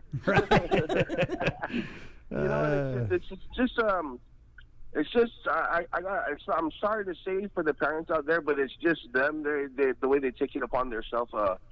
They choose to maybe yell at their kids or just tell them get out of my face or whatever. But at a time like this, it's not really. It's never really a time to be like that. No, you're right. I have my son, and he does the same thing. He goes out and he plays basketball, and then he already knows, like, you better get your butt here, And it's like clockwork. He already knows he's home, once it starts getting dark. John, do you think that there should be a more stringent curfew? I'm just going off one of our Facebook comments. Someone said we should set a curfew for everyone. Maybe after 10, 11, like nobody. That's very true. That's very true. Like that's one of the ways to minimize all the travel. Lock it down. Shoot, roads closed at 10. Nobody works. Roads closed at 7 o'clock.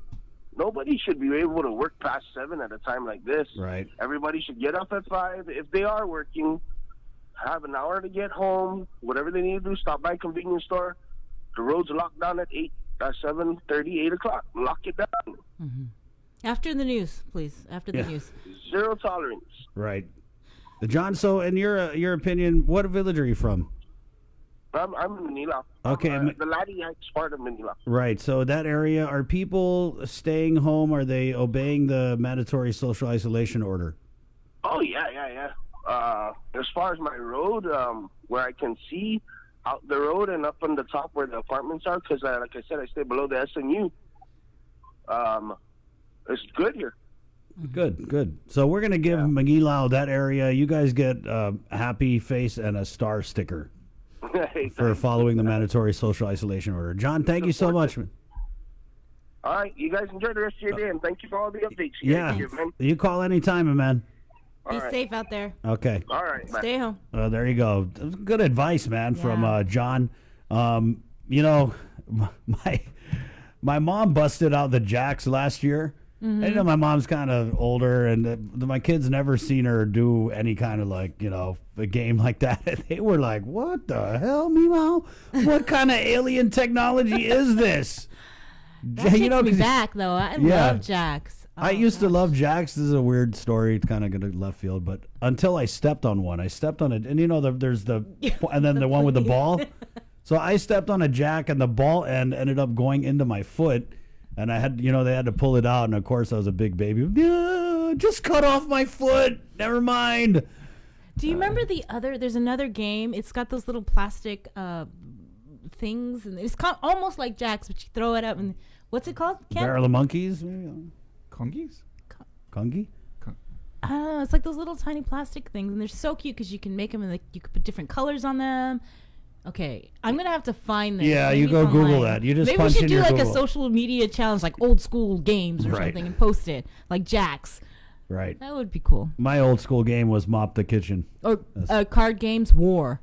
Yeah, War. Okay. Hey, let's get Dr. Vince Akimoto on the line here. I think he's there. Doc, is that you?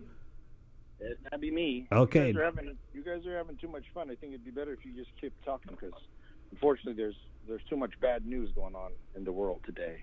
Right, but that felt kind of weird to talk about playing jacks at a time like this. But I think we do need kind of those lighter moments just to handle everything that's going on.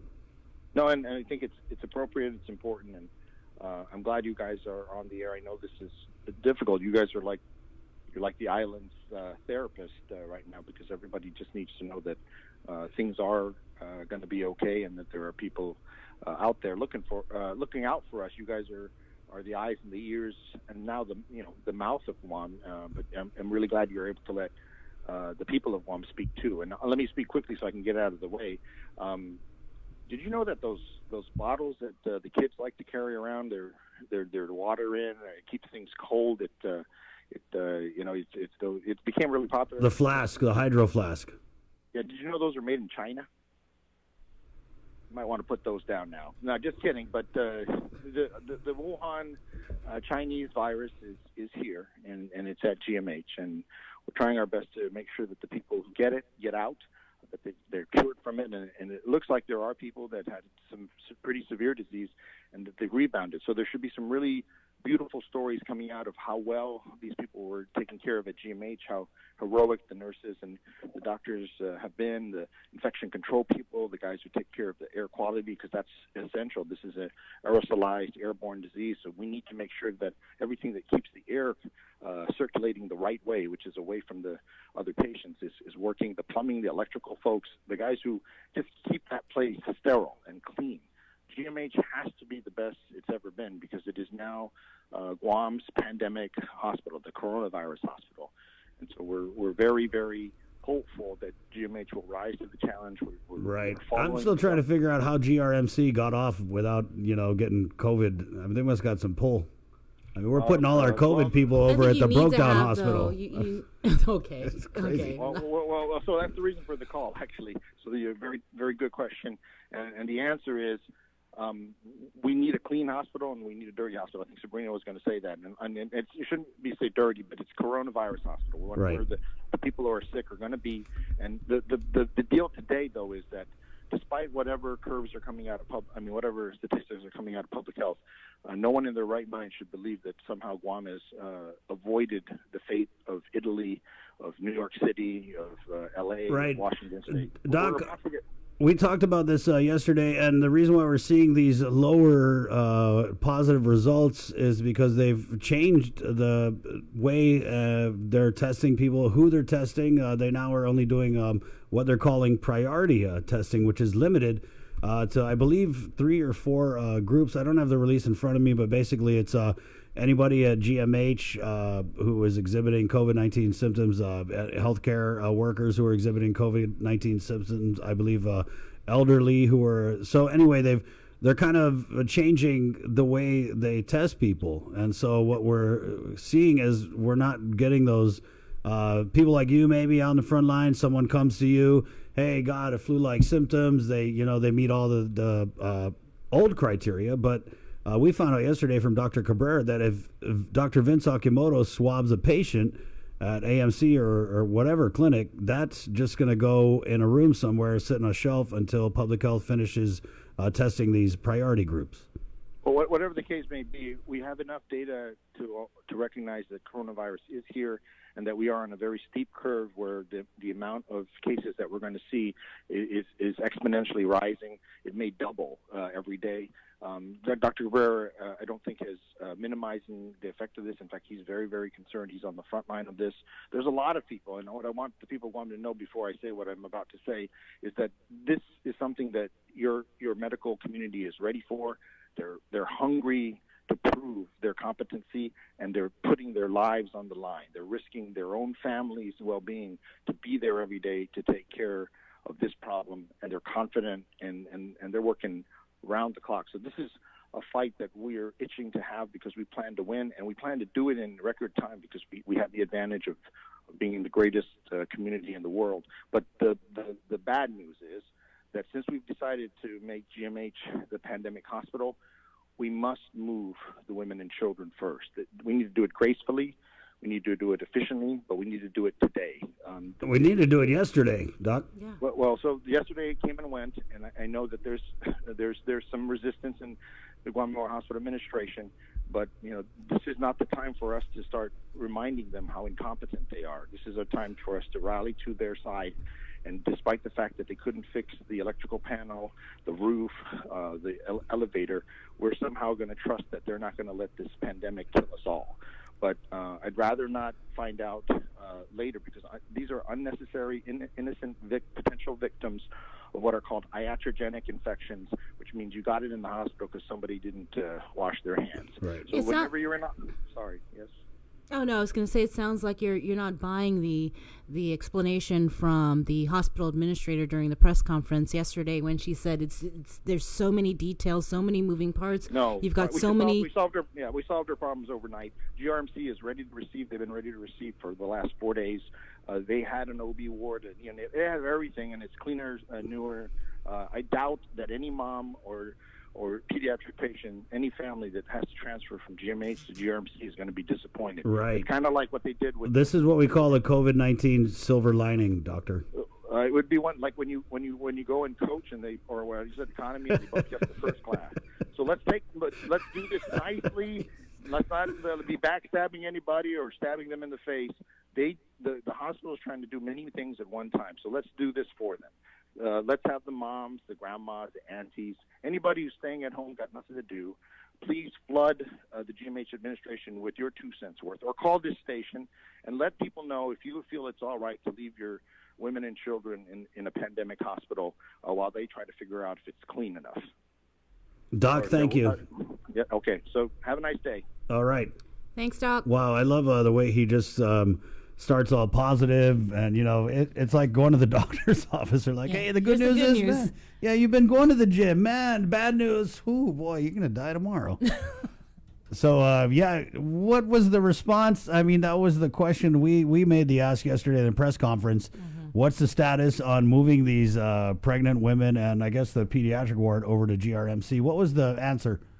Well, first, Dr. Mike Cruz went on, and because the question was whether or not it was being held up because of contractual negotiations or things like that, and he said no, that wasn't the case. So, and he said when and if this move happens, there's so many things that have to be taken into consideration, and they've done the tour over at GRMC. Then Lillian Posadas came up, and she said there's a lot of details. They have to move OBGYN. They have to move all those different technical terms that I'm not familiar with. But to talk there's to about this? 4 different divisions or wards or units that have to be moved. Right. Maybe we should get Dr. Shea on the line later. Since right. And his name was mentioned because he's the OB chair. Yeah. Okay. So, he said that they talked to Dr. Jolene Uggan, who's the medical director of GMH, although I thought Annie Berdalio was the medical director of GMH, but I asked for clarification on that yesterday, by the way, but I didn't get it. So Dr. Jolene Uggan is the medical director for GMH, and so they had discussions with her, and then they had discussions with GRMC, and they had discussions with the OB. It's a lot of discussions. Yeah. Let's just do the damn thing. Right. You know what I mean? And, I love Dr. Akimoto's point that for a lot of people, and, I've had kids at GMH, there's no knock. They're working so hard with the tools they have. It's just that our elected leaders have continuously failed to give these people what they really need, which is the support financially and politically. Anyway, Mm-hmm. This is an upgrade for a lot of them to go from GMH to GRMC. Like I would, if I was pregnant, I'd be.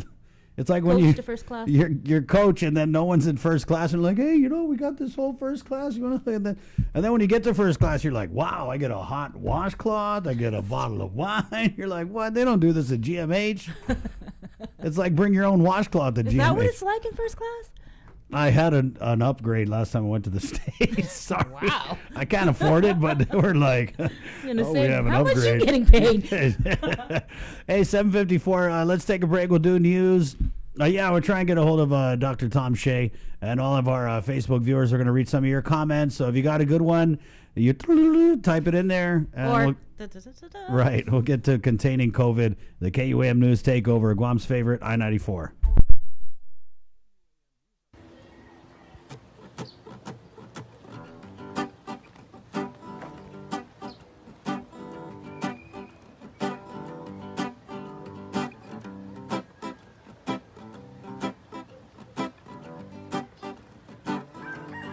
singing, don't worry about a thing, 'cause every little thing is gonna be alright. Singing, don't worry about a thing, 'cause every little thing is gonna be alright. Rise up this morning, smile with the rising sun. 3 little birds pitched by my doorstep, singing sweet songs of melodies pure and true. Singing, this is my message to you. Singing, don't worry about a thing, 'cause every little thing is gonna be alright. Singing, don't worry about a thing, 'cause every little thing is gonna be alright. Rise up this morning, smiled with the rising sun. 3 little birds pitched by my doorstep, singing sweet songs of melodies pure and true. Singing, this is my message to you.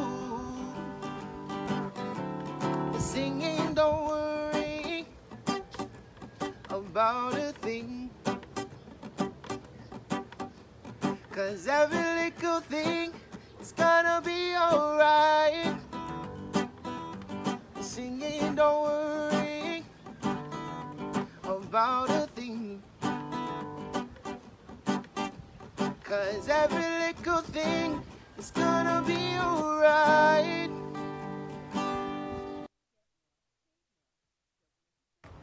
Wala sa nafadi.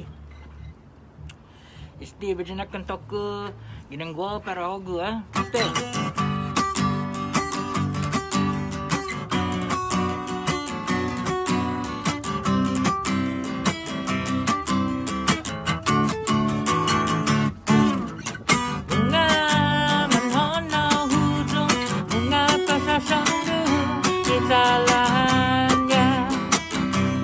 Salahnya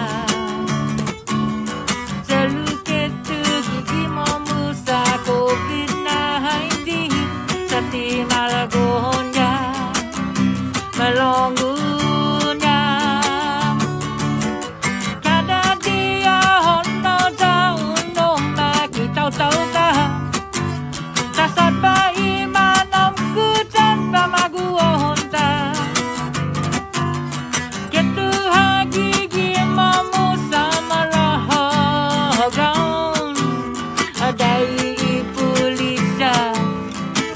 Saun mati kirau Mati kirau Mati kirau Mati kirau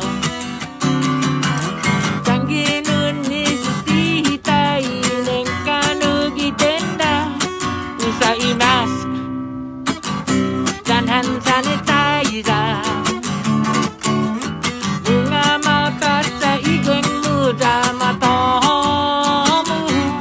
Tatai titi ha para todo hamzu Tataman hom luta para itau tau ta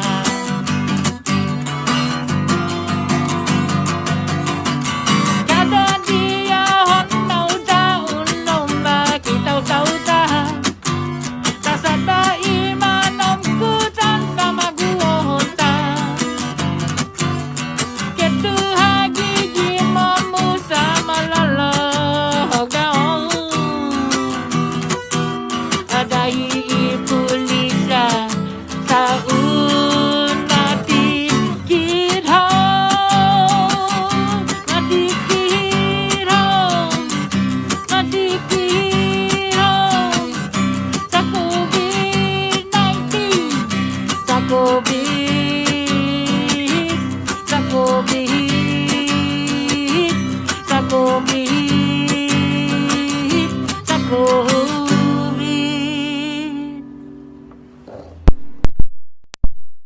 Good morning. 8 o'clock, we're KUAM, FM, Hagatni, Guam. And I know she doesn't have a lot of time, so we're going to get Department of Public Health Social Services Director Linda Denorsi on the line. Good morning, Linda.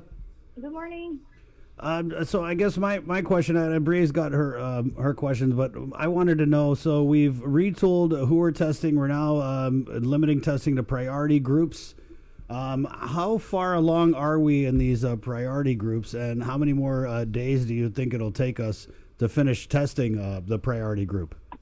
Right now, we've been very current with the priority groups. As far as the priority groups, as you know, this was made up of the Governor's Advisory Council group.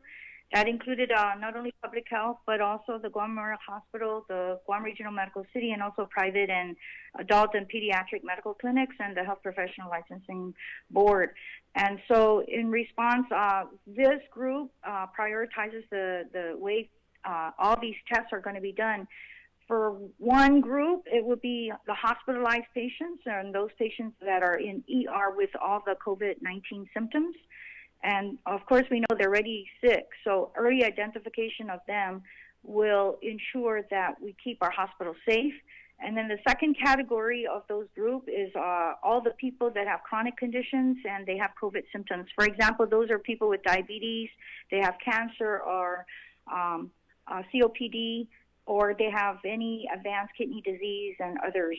Of course, we know that these are high-risk groups, and they're very ill, so even if they're so ill that they may die of the COVID infection, so they need to be diagnosed as early as possible.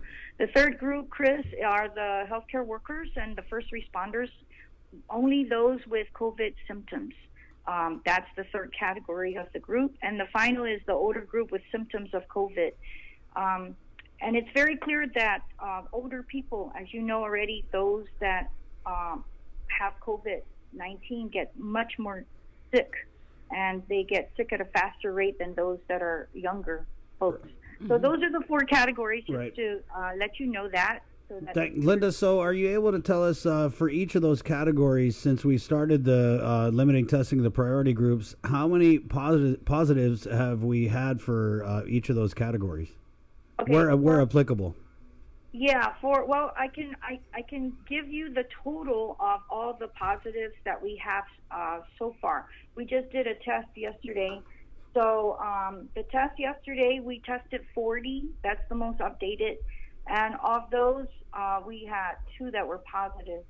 The last week, can I just tell you, in this category of individuals that were tested yesterday, we had 40 tests done. And of those 40, we had 3 that were positive. And did you say 2 or? All three were from GMH, yes. And so those of the 3 were in the high-risk group, okay? And those that are hospitalized. So this group was recreated so that we can really prioritize the order of that. Yes. So as we stand, that was just recently done yesterday. In the evening, the results came out. Linda, are you able to tell us if we had any hospital staff, first responders in that category? Have we had any positives there? As far as the first responders, I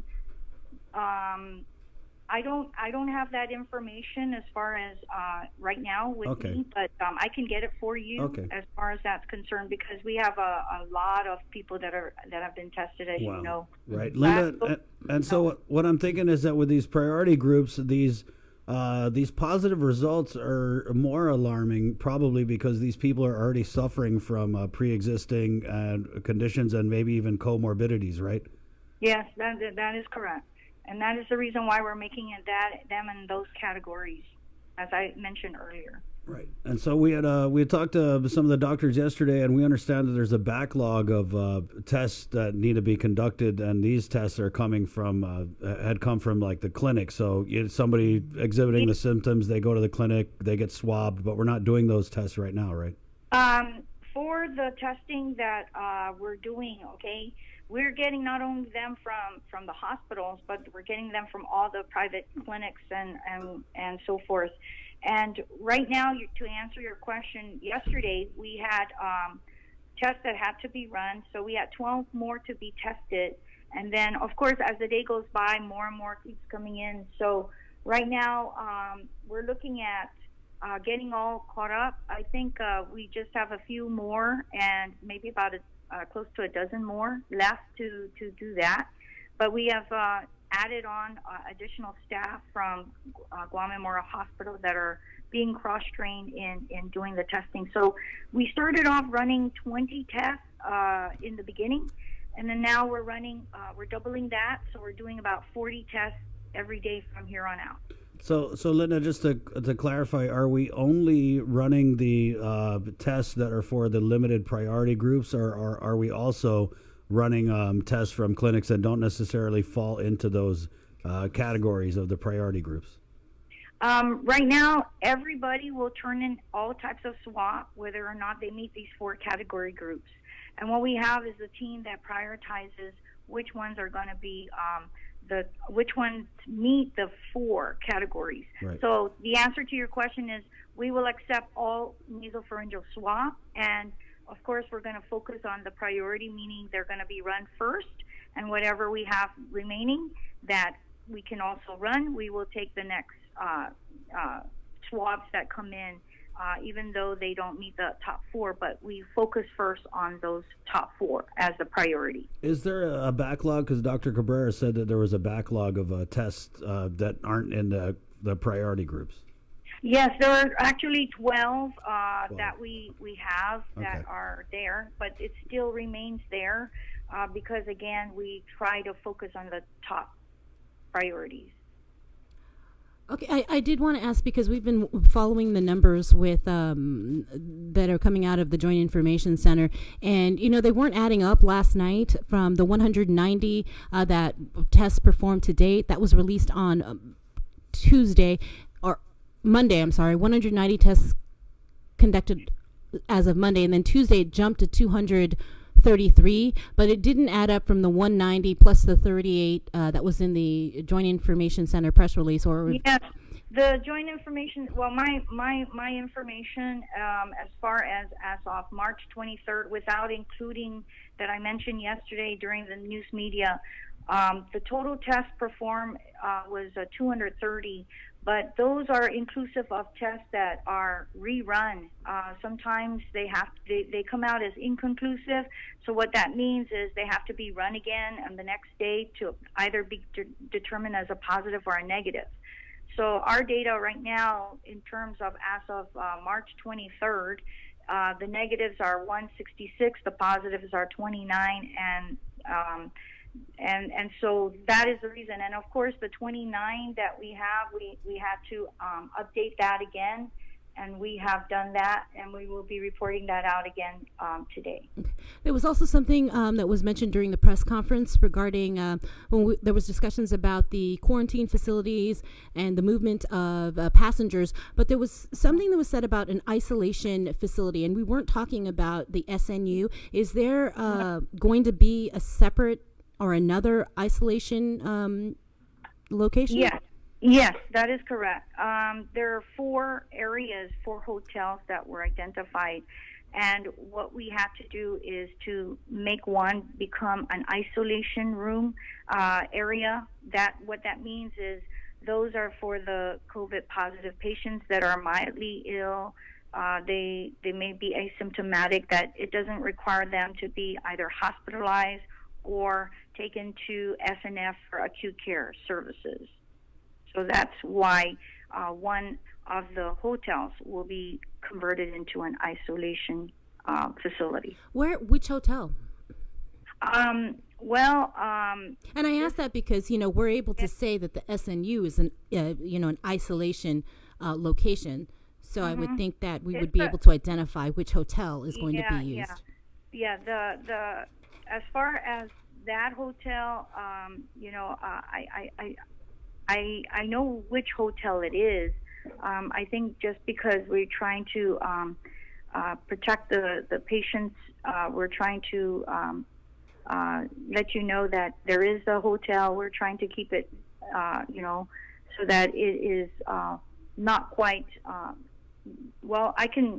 I don't have nothing to hide, but what I'm trying to say is we're trying to protect the individuals Right. are there. So Linda, what can you tell us about this whole Naval Hospital thing? Yeah. So, I mean, is it a question of semantics, or is it just that they're saying we don't have any cases at Naval Hospital because they technically don't, but They're on isolation. You guys tested DOD related personnel, and we had 2 positives, right? Yes, that is correct. But one of the positives that was tested was included in our 29 data that we had a day on the 23rd. The other one was coming from the military, and they didn't test it through us. What they did is they go through San Diego, and they do the testing there. It's through a research laboratory. And so that information is kept separate from our data. So all in all, our data as of the 23rd was 29, and 1 was from the military, and we're still waiting for the report to come. We were just orally notified about it, and we're just waiting for the report to come in from them. So we maintain all the data that comes, whether or not it's from the military or the private clinics. All the data has to be reported to the Department of Public Health. So that's where we stand. So let me just back that up. So you said that you can confirm that there, in fact, was 1 positive from on the military side. Right, which we're just waiting for the report. It was orally told, but we were just waiting for the report. When was it told to you guys? Yeah. We found out I was informed just yesterday when we had our meeting, because that was one of the things that we were discussing during our press release. Do you remember that? Yeah. Somebody asked about that. So when I went back, I checked with my territory epidemiologist to find out if there were any reports, because as you know, by law, they have to report that to the Department of Public Health. Any class 1 or class 2 diseases must be reported, and that's inclusive of the Naval Hospital. And so I asked the territory epidemiologist, and she did verify that an oral call was made, but no written report has been submitted, and we're just waiting for that. Okay, and that's already part of the confirmed tests that the Joint Information Center is releasing, or that will be included today. That has to be included, but we're separating what's local in terms of what we do at the department, and then we're separating the military based upon, because it's not done by us, it's done by their research in San Diego. They have San Diego that does their testing. So we want to make it clear. So we'll put a footnote. I'm putting footnotes on the bottom, like, what are the total cases and how many are from the military. Right. So far it's just 1 that we know of verbally that was reported as of what my epidemiologist had told me yesterday. And the grand total then will be added onto that 1. Linda, I had a question from a Facebook comment here. I don't know if you can answer it, but we talked with the family of Doring Jesus yesterday, and they told us that this is something we had heard, that in the event, God forbid, in the event someone dies from COVID-19, that they have to be buried or cremated within 24 hours. Is that accurate? That is very accurate. And the reason for that is because it is an infectious disease. We want to make sure that it's contained and that it's not spread, and also to protect the funeral home employees and everyone else in the community. We have to ensure that does happen within 24 hours. Is that a cost that's borne by the government, or does the family pay for that? Because the question was asked, what if we don't have the means financially, right? Just like in anything that happens in the community, whether it's an infectious or non-infectious disease, if the family does not claim the body, then the government will have to, we at the Department of Public Health will have to take care of that. But in the event, again, God forbid, someone does die from COVID-19, family can't afford it, does Public Health then pay for that? Public Health has to be the one, because we're the ones that have to take care of the bodies in terms of providing the registrar for the death certificate and also issuing the burial permit for the funeral homes to bury the body. Linda, So, yeah. just maybe a couple last questions here. Go ahead, Bree. Oh, no, I wanted to follow up on the question that I asked during the press conference yesterday. And as you know, we're limited to the amount of questions that we can ask. And so I did ask that question about the about the emergency mandatory order when these passengers from the Philippines came in last week. They were given this paper and it said it's emergency or mandatory emergency detention. And then before they were transferred over to the other quarantine facility in Tumon, they were given another form that said to acknowledge voluntary quarantine. And I wonder if you can explain why it went from emergency and then all of a sudden they're asked to acknowledge that it was voluntary.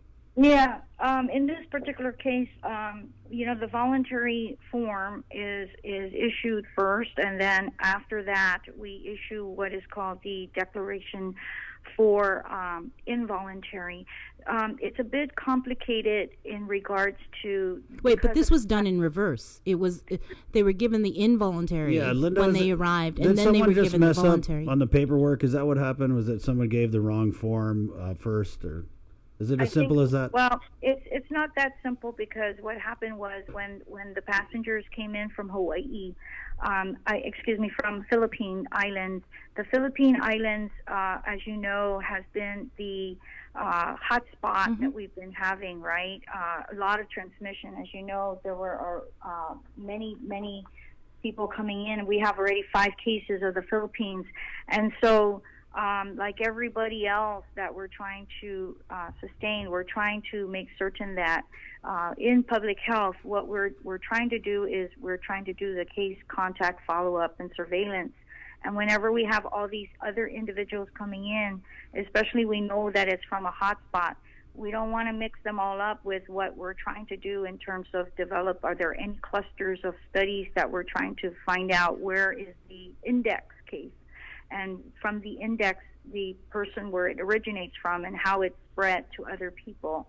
And so the decision was made that all the Philippine passengers coming from the Philippines or originating from the Philippines had to do what is called a quarantine, that we really wanted to do what is called a mandatory quarantine, which is a bit different from the other passengers that are coming from, let's say, the United States.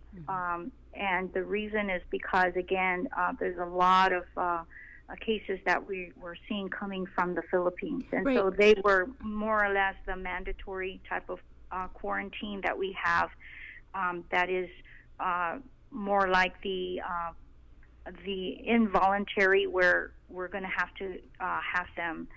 No. I understand that. I'm just saying what I'm asking is that say, for example, I came in from the Philippines. I was given this piece of paper, mandatory involuntary quarantine, and I go into the quarantine facility at Days Inn. So I'm there, but then all of a sudden I find out, okay, we're going to be moved to Pakstar. At that time, I'm given this other piece of paper that says it's involuntary and acknowledge it, sign it. So I'm wondering, why is it upon arrival you were given a paper and it says involuntary, and then you're given another paper that says acknowledge that this was voluntary. Right. And that's, Chris was saying, was there just a mix up? Probably what should have happened was the voluntary form issues, and then the order for declaration for involuntary. Okay, so so it was backwards. Yeah. Okay, Linda. We get a lot of comments about the tests. I know that I think it was the press conference day before yesterday. You had said that we are trying to get to a point where we can do a lot of tests on a lot of people, right? And so where are we in terms of getting more tests? Yeah, we will not deny any of the private clinics from doing a nasopharyngeal swab. Everybody should do it. The providers know what they're doing. We'll take it at our lab. So that was your other question. But they will be prioritized. So that's what I wanted to emphasize. Okay, that's why I mentioned that, because that was where your question. Right. Now, the next question you asked was, I'm sorry, how soon will we... Are we getting, just maybe run us through how many tests we're getting and when? Well, right now we have a total left of the test kits that we have right now is we're looking at 170 as of the 23rd. So I'd have to subtract the rest that recently was done yesterday to get you an updated count. Right. So. But I automatically asked yesterday my staff to request for another test kit. So we request like 4, but we don't get all 4 from the federal government, from CDC. You mean like 400?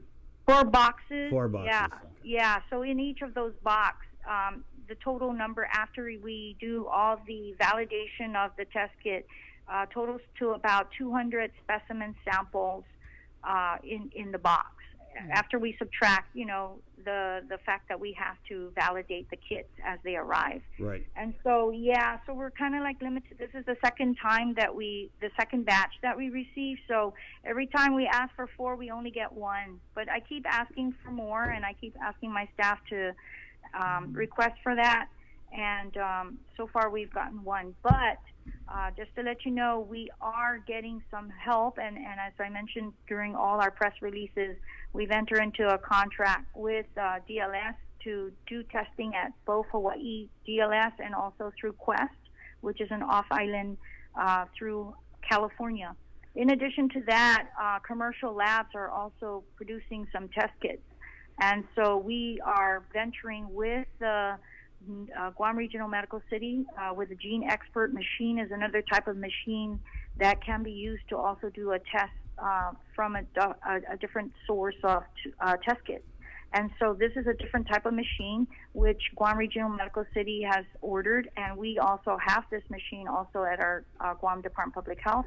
And so Dr. From GRMC is planning to move it to our laboratory, and so we can use the 2 other machines, one from them and one from us. It's called a Gene Expert in terms of conducting these tests, in addition to the ABI 7500 machine that we're currently using. Okay. I sorry, I keep harping on the quarantine, but with all the passengers that are in quarantine, how many are there currently? So far, okay, I'm just going to give you data that I have so far as of March 22nd, and these are adding up more. We have a total of 241, and we're going to be updating that also. So far as of March 22nd. Okay. And I will be updating that, yes. Out of the 241, have any of them started exhibiting any sort of symptoms of flu-like symptoms, COVID, and have any of them been tested, and have any of them tested positive? Yeah, right now, none that I know or I'm aware of. Most of them have been coming for acute care. They just came from St. Luke's Hospital, so I know that a lot of them had they just got out of surgery, so they needed to be sent to the hospital, and those are the ones that I'm very much aware of that had to go to the hospital, and some had kidney dialysis that had to be taken care of, and they were just for patients that had comorbid conditions that had to be further evaluated. We do have, as part of our agreement, the Health Services of the Pacific, which has a doctor that is contracted with us to do all the screening for all the sites that we have, the 3 quarantine and 1 isolation sites. So they do that on a regular, everyday basis with the constituents that are there, the passengers that are there. And so to my knowledge, none of them, to my knowledge, was ill that it had to undergo testing for COVID at this point in time. Okay, so when the 14 days expires, they get to go home. Is that accurate, Linda? Because I thought you guys said something like after 14 days, there's another 7-day period or something. There are new CDC guidelines that just came out, but yes, we cannot just let them go. Okay. We just have to make sure that the new CDC criteria, as the governor mentioned, the 7 days without any symptoms. Right. But there's also, we just found out that there's also a new release that came out at CDC, and I'm going to ask Dr. Thane to provide that to me, and I can share that with the community, because I know there's other guidelines that everything keeps changing with CDC. Right. I hope you understand that. No, we do, Linda. Every time we tell you one thing, it's another thing. So just bear with us because we're just following the CDC standards. Yes. But yes, the clearance has to be made. And once they go out of quarantine, we also have them complete a form, actually a form that is completed by the department that states that they have successfully completed the quarantine. And then that form is kept for our files, and we maintain all that record. Linda, sorry, I just have to ask. Can I? Go ahead. Do you have another one? Because I this have is one not. more. This is not COVID related. Oh no, this is COVID related. Okay, go ahead. I wanted to ask about the home isolation because a lot of people have been concerned about that, including the mayors. And initially, it was reported that 9 were on home isolation and they were being monitored by public health, and it was only temporary because they were going to move them to Barragata Heights to the SNU facility. But then it came out that didn't transpire as far as we know, and it jumped from 9 to 20. And I'm just curious, where was the change? Why did this happen? And why did they initially say it was temporary? Now it seems permanent? Yeah, well, see, what happens is we've had some at home isolation. We had one that actually was home isolation. We transferred them to SNU. Of course, this was voluntary. We tried to convince everyone so that they understand there are drawbacks in this case. What happened was when we had 2 at SNU, in addition to that one that came from home isolation, the one that came from the hospital went to SNU and then reverted back to becoming worse, so that they went back to the hospital. So with the isolation at home, as long as their symptoms are asymptomatic, CDC guidelines tells us that if they're asymptomatic and they also have very mild conditions, and knowing that they don't have, they're not at high risk with comorbid conditions, that home isolation in accordance with CDC is sufficient. And then, of course, there's that possibility that they may become better or they may become worse. If we have to study everyone case by case. Everybody is different, and so we want to get them into this isolated area, and that's what we're trying to do right now. As we speak, I'm working with my team. Our surveillance and team is emphasizing that, and that is our mission, to do the movement from their home to the isolated area, as I indicated, one of the identified hotel. Okay, Chris would like to ask a question. Thank you, Sabrina. Proceed. Right, yes. Linda, we're getting a lot of questions about emergency food stamps. Where are we on that? I mean, people are hurting out here, Linda. Yes, and I got the answer to your question. Yes, we were successful to get it extended. So we just got the report out yesterday, and I'm happy to report my incident command system has all that report that they give to me. And I'm happy to say that the SNAP, the Supplemental Nutrition Assistance Program, the extension waiver was approved from the Food Nutrition Services for 6 months. From the expiration date for March, April, and May 2020. So there is an extension for 6 months. So Okay, I'm so sure they're very, very happy to hear that. right, and so what does that mean for people out here, especially for people out here who don't normally qualify for that type of assistance? Yeah, well, this one is for the SNAP. Those are that are already qualified. Right. Mm-hmm. Yeah, but we're now looking into another emergency supplemental allotment for SNAP recipients. These are for some people that may be in need of it because they lost their jobs and so forth.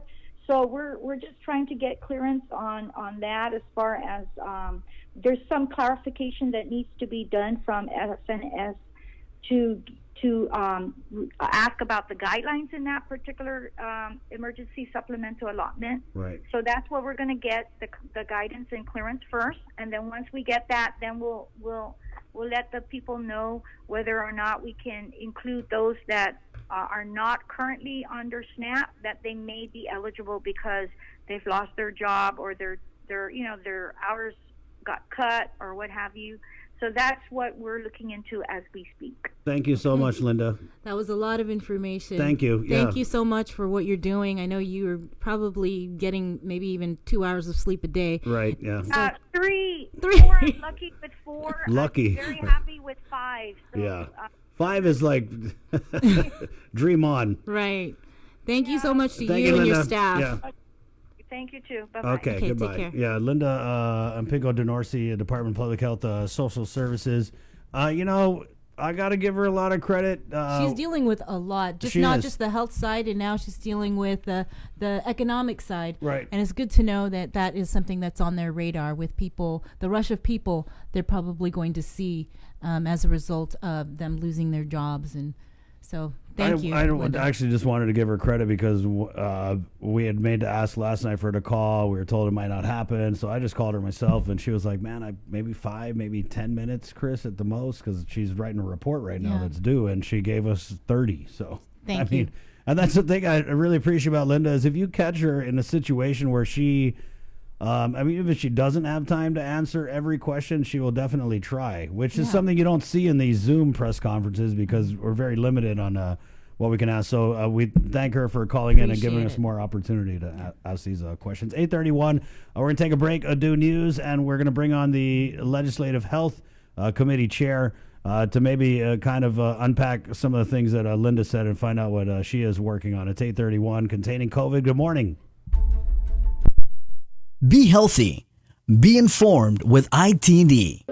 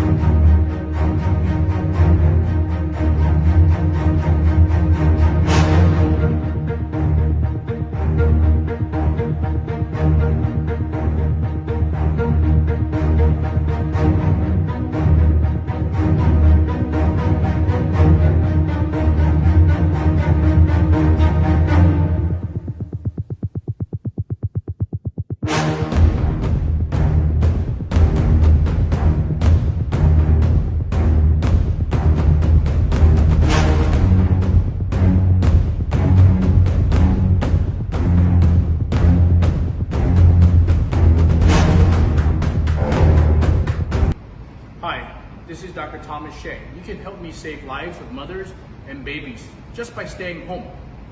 We are in a crisis situation. Let our doctors and nurses do our jobs. And I know we will get through this. We will get through this together with your help. Be healthy. Be informed with ITD.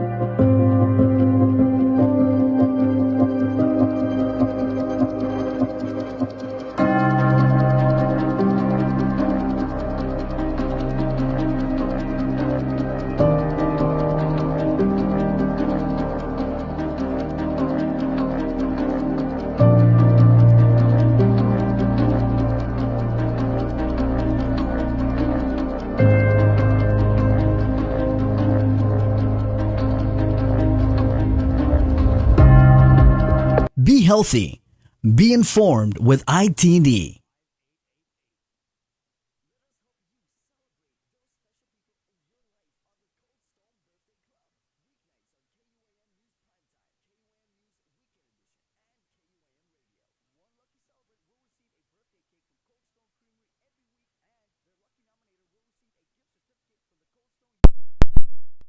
Visit KOM.com to register your celebrant's birthday. You must also send an email with the name of the celebrant and their date of birth, as well as a single close-up photo to birthdayclub@KOM.com. All submissions must be compliant with KOM regulations and must be received 2 days prior, but no later than noon Chamorro Standard Time on the day of the birthday on weekdays, and noon on Friday if a weekend birthday. See KOM.com for additional regulations. The Birthday Club is presented by KUAM and Cold Stone Creamery and Yogurt Dessert Bar. Why pay full price? We'll help you save. Check out KOM deals on KOM.com/deals for the island's hottest promos, sales, discounts, and so much more. KOM deals exclusively on KOM.com. Find your deals today and let us help you save. Adulting isn't so hard when you have a mobile plan that lets you live in the now. With Docomo Pacific's Gen Z Club, pay as low as $50 a month when you bring your own phone. Get endless local talk, text, plus endless access to your favorite apps like Spotify, YouTube, Instagram, Facebook, Twitter, and more. Everything you need to live your best life. Join the Gen Z Club today. Some conditions apply. Docomo Pacific, better together. Subway's got fresh choices for this Lenten season. Sink your teeth into the savory goodness of our shrimp and guacamole spinach wrap. Or go green with our delicious Veggie Max, a delicious vegetarian patty, free of artificial colors and flavors. Don't forget the classics like the tuna or seafood sensation subs, all made with freshly sliced vegetables, prepared daily in every restaurant. Visit any of our convenient locations today. Subway, make it what you want. Matua's Bar and Grill, serving up your favorite authentic Chamorro cuisines. We offer a la carte menu items from Wednesdays through Thursdays and on Saturdays. We offer a lunch buffet during Fiesta Fridays and every Sunday from 11 a.m. to 2 p.m. $23 per adult and $11 per child 5 to 12 years old, and 4 years and younger eat free. No service charge here, with applied discounts to senior citizens and military. Follow us on Facebook at Matua's Bar and Grill to view our menu items or call 989-6184. Locally owned and operated.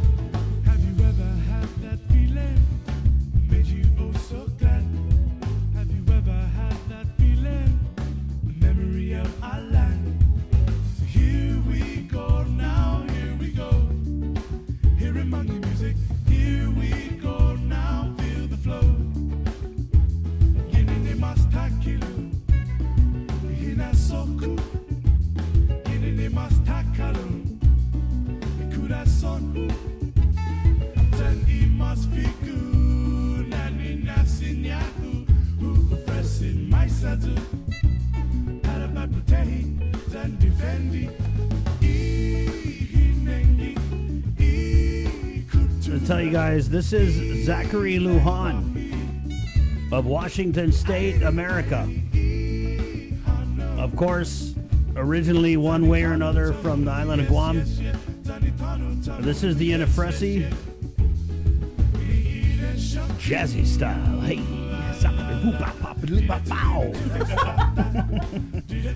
like that, yeah. Hey, right, 840. Containing COVID. Good morning. Let's get the Legislative Health Chair on the line, Senator Therese Terlahi. Good morning, Senator. Morning, Chris. Good morning, Sabrina. Good morning. Good morning, everyone. So we just had Linda Pingo Denorsi on the line, unpacking what she said. Were you satisfied with a lot of the answers we got? Of course. If I agree with you. If you can get Linda to take the time to talk, she's so thorough. She's so professional, And I really appreciate that she was able to dedicate that time to explain so many things that the community has been asking. So I'm very thankful for you doing that interview and for her. You know, Linda has been designated the Public Health Authority, and you know, we have a statute that gives this Public Health Authority great powers during an emergency, especially a pandemic emergency. So she's really the authority that, the czar, make the public final health czar. determinations in so many things. Yes. And so, but she has been working on these things for months now. Now that it's, you know, we're getting to the end of March, it's been months now that she's been really working so very hard. So I just want to tell her thank you, and her team. She's got an excellent team behind her at Public Health and even in the other agencies that she's partnered with. So I want to thank all of them. And she's actually been with Public Health for a very long time. And I know when they made the announcement that she was going to be the director of Public Health, it was so good to hear because, you know, I trust Linda. Right. So, Not some like political hack. Right. She knows what she's doing. She led our community health center. She built those things up and really got, you know, federal funding for them and has made them, you know, become accredited. She's really been excellent. So it was an excellent choice for her to become the director. I agree. Senator, so you were satisfied with the answers, you know, just kind of overseeing health. What do you make of the governor's executive order yesterday that came out? And maybe if you had any specific comments about the CURE team. This is the COVID Unified Response Effort. Right. Yes. And it's a 3-tier system. But go ahead, Linda. Okay, go ahead, Senator. The executive order, I first want to say I completely agree with the governor when it comes to extending the time where only essential operations should be going to work and that everyone else should be staying home. I think that's very critical. It can't be overstressed, so I'm glad to see that we're getting, you know, doctors, everybody coming out, and then you're seeing it on social media too, that people, they get that. So we just, you know, so extending that, I completely agree with. I think it's a great idea, and it's necessary. It's critical, actually, at this point, because, as you know, and you've been reporting this too, we're very limited on Guam with testing. So if we can't test our community, we have to act as if they're all, you know, got the virus, because we can't tell who does. And so that's kind of why, you know, we locked it down. And so that's like us. You know, ideally we test everyone, but because we're limited in that capacity at this point, then that's our second, you know, most important thing that we can do. All right, and then the other things in the executive order, closure of the parks and the beaches. I agree with all of those things.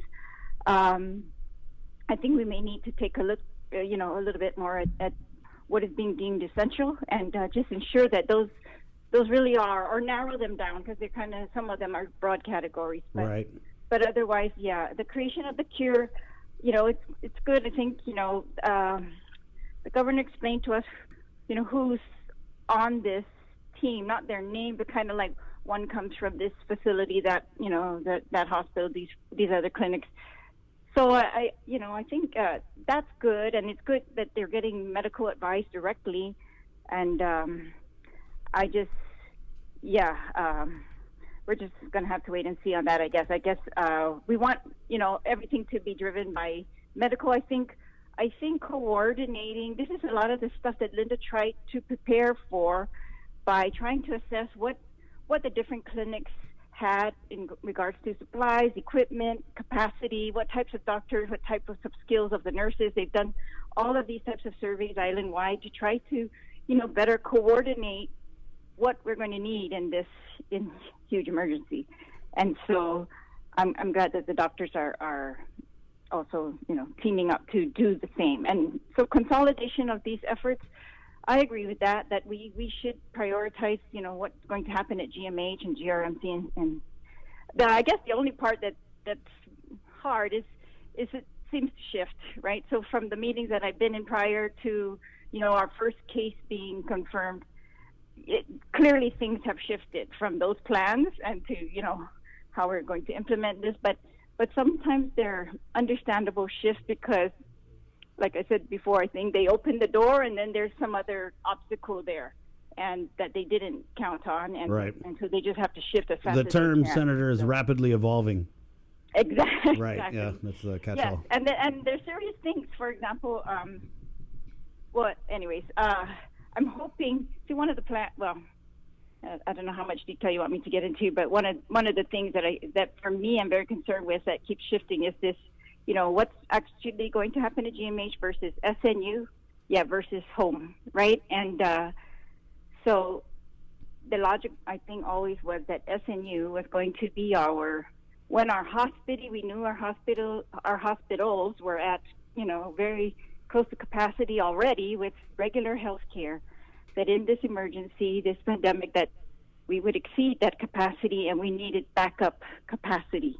And so my understanding was that SNU was supposed to be that, and they were supposed to equip it to be able to provide services, hospital-like services that Right. we just literally could not fit in the hospital. Yes, that was our understanding too at the onset. I don't know how that's changed, and I don't know what factors led to that. Well, I'm hoping that they still are pushing forward. They said they've got 20 beds. I don't think they're fully equipped yet as they had originally intended. Right. And so this is the thing, so that's the part that I think I'm just a little worried. I want them to finish that up, make sure the 20 beds are at least fully equipped, and that they move on to that 40 and that 60 capacity as soon as possible. Right, and it's a 60-bed facility.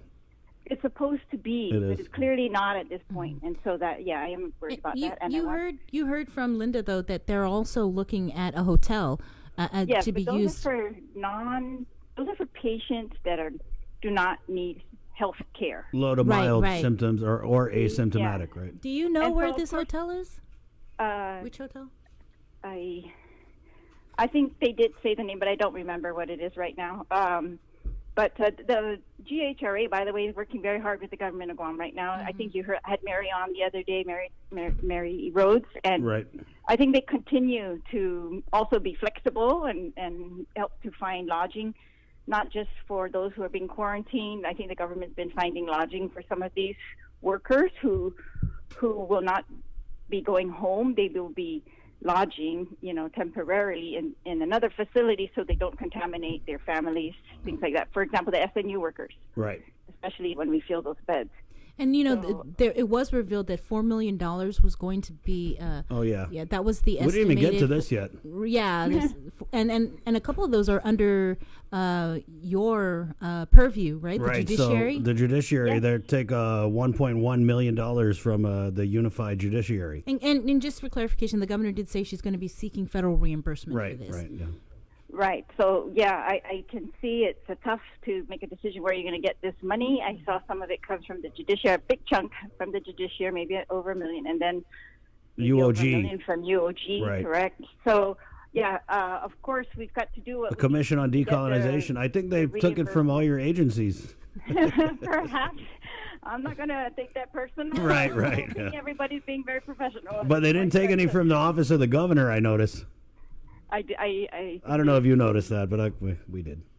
Well, this is another thing we have to work with. Obviously, we need to readjust 2020 budgets, right? And we have to make contingency plans for things that are not reimbursable or they don't get reimbursed, and that's going to have severe impacts on these 2020 budgets. And I think 2021 going forward, while we're trying to rebuild our economy, we are going to have to look at that very closely. So we're hoping to get information as soon as we can to continue work on those things.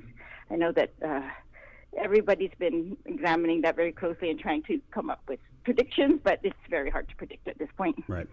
I wanted to tell you that I also circulated a draft resolution to my colleagues for their consideration. I'm asking them to consider an amendment to our standing rules that will allow us to go into session, and for those who do not want to come into the facility to act remotely with technology.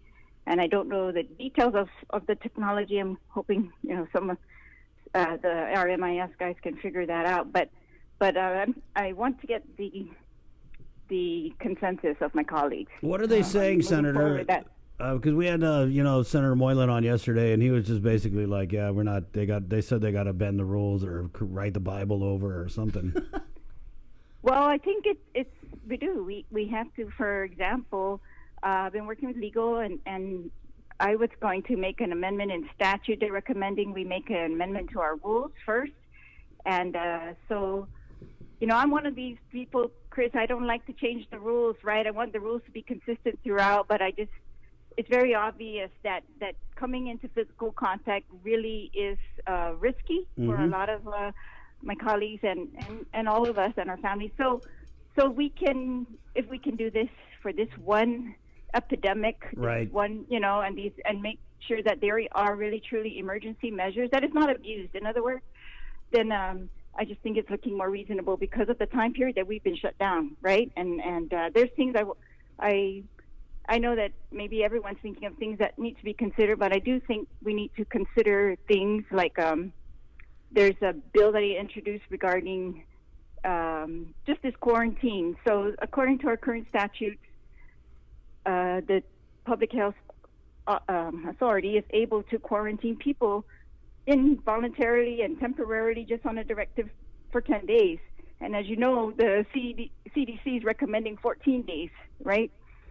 So I'm trying to make it so she doesn't have to continue to go to court to get this extended. Right. Or those who are objecting, I want to give her the authority for my bill says 30 days. So it's changing from 10 to 30 days so that she can do that on her own without having to go to court. And because otherwise, look, we've got 200 people quarantined up there. Are they covered, Senator? Quite a lot. I'm not a lawyer, but it kind of seems like they screwed up and they gave out the second form first, or I don't know who was responsible for it. But no, I don't think so. I think they either way. For me, I agree with Linda. They could try the voluntary first, but almost either way at this point, it's the same effect because. What they're saying is, if you don't sign on the voluntary form, then we're going to involuntary you. No, that she has done that already, but right. That means, I think it means she may have to go to court and get it extended because she wants everybody to stay in there for 14 days. Right. In other words, she has the authority to keep you in for 10, but if you're not volunteering to stay in for 14 or whatever length of period she wants, then she may have to go to court. And I think to preclude that signing those voluntary forms are very helpful for her at this point because it takes away any of the legal, right, but people aren't signing them because, I mean, if you look at... I wouldn't sign it if I got slammed in quarantine for 14 days and they're like, sign this. I mean, I would, stay in quarantine because I know it's important to avoid the spread, but I definitely wouldn't sign nothing unless I call a lawyer. I think that for the most part, they understand that the people that are in quarantine, that they know, like, okay, we better just stay put. So I'm just wondering if we're going to see like a $20 million lawsuit after all this. I hope not. I just feel like if we can explain, this is a thing, everybody's scrambling, Chris, so understandably, I think ideally everybody knows, what exactly this voluntary versus involuntary form they're looking at, but we're not in an ideal situation at all. So I have to give credit to public health. They're actually scrambling as fast as they can to do these things without, having the time to completely inform everyone. And I feel for those people up there because, we need to get them more information. That's for sure. So. We just have to also do that as a court.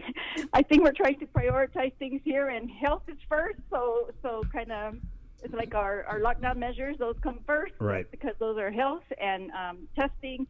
And same thing with that. If we had a lot of tests, a lot of that quarantine wouldn't be necessary. But what I'm wondering, Senator, is if when we do get the capability to just test, let's go test 200 people, if 50 of them come back positive, are we just gonna send 50 people out there on home isolation? I mean, I kind of feel like that's what Dr. Cabrera was talking about with the health care system reaching a breaking point, is when we end up with an increased capacity to test people.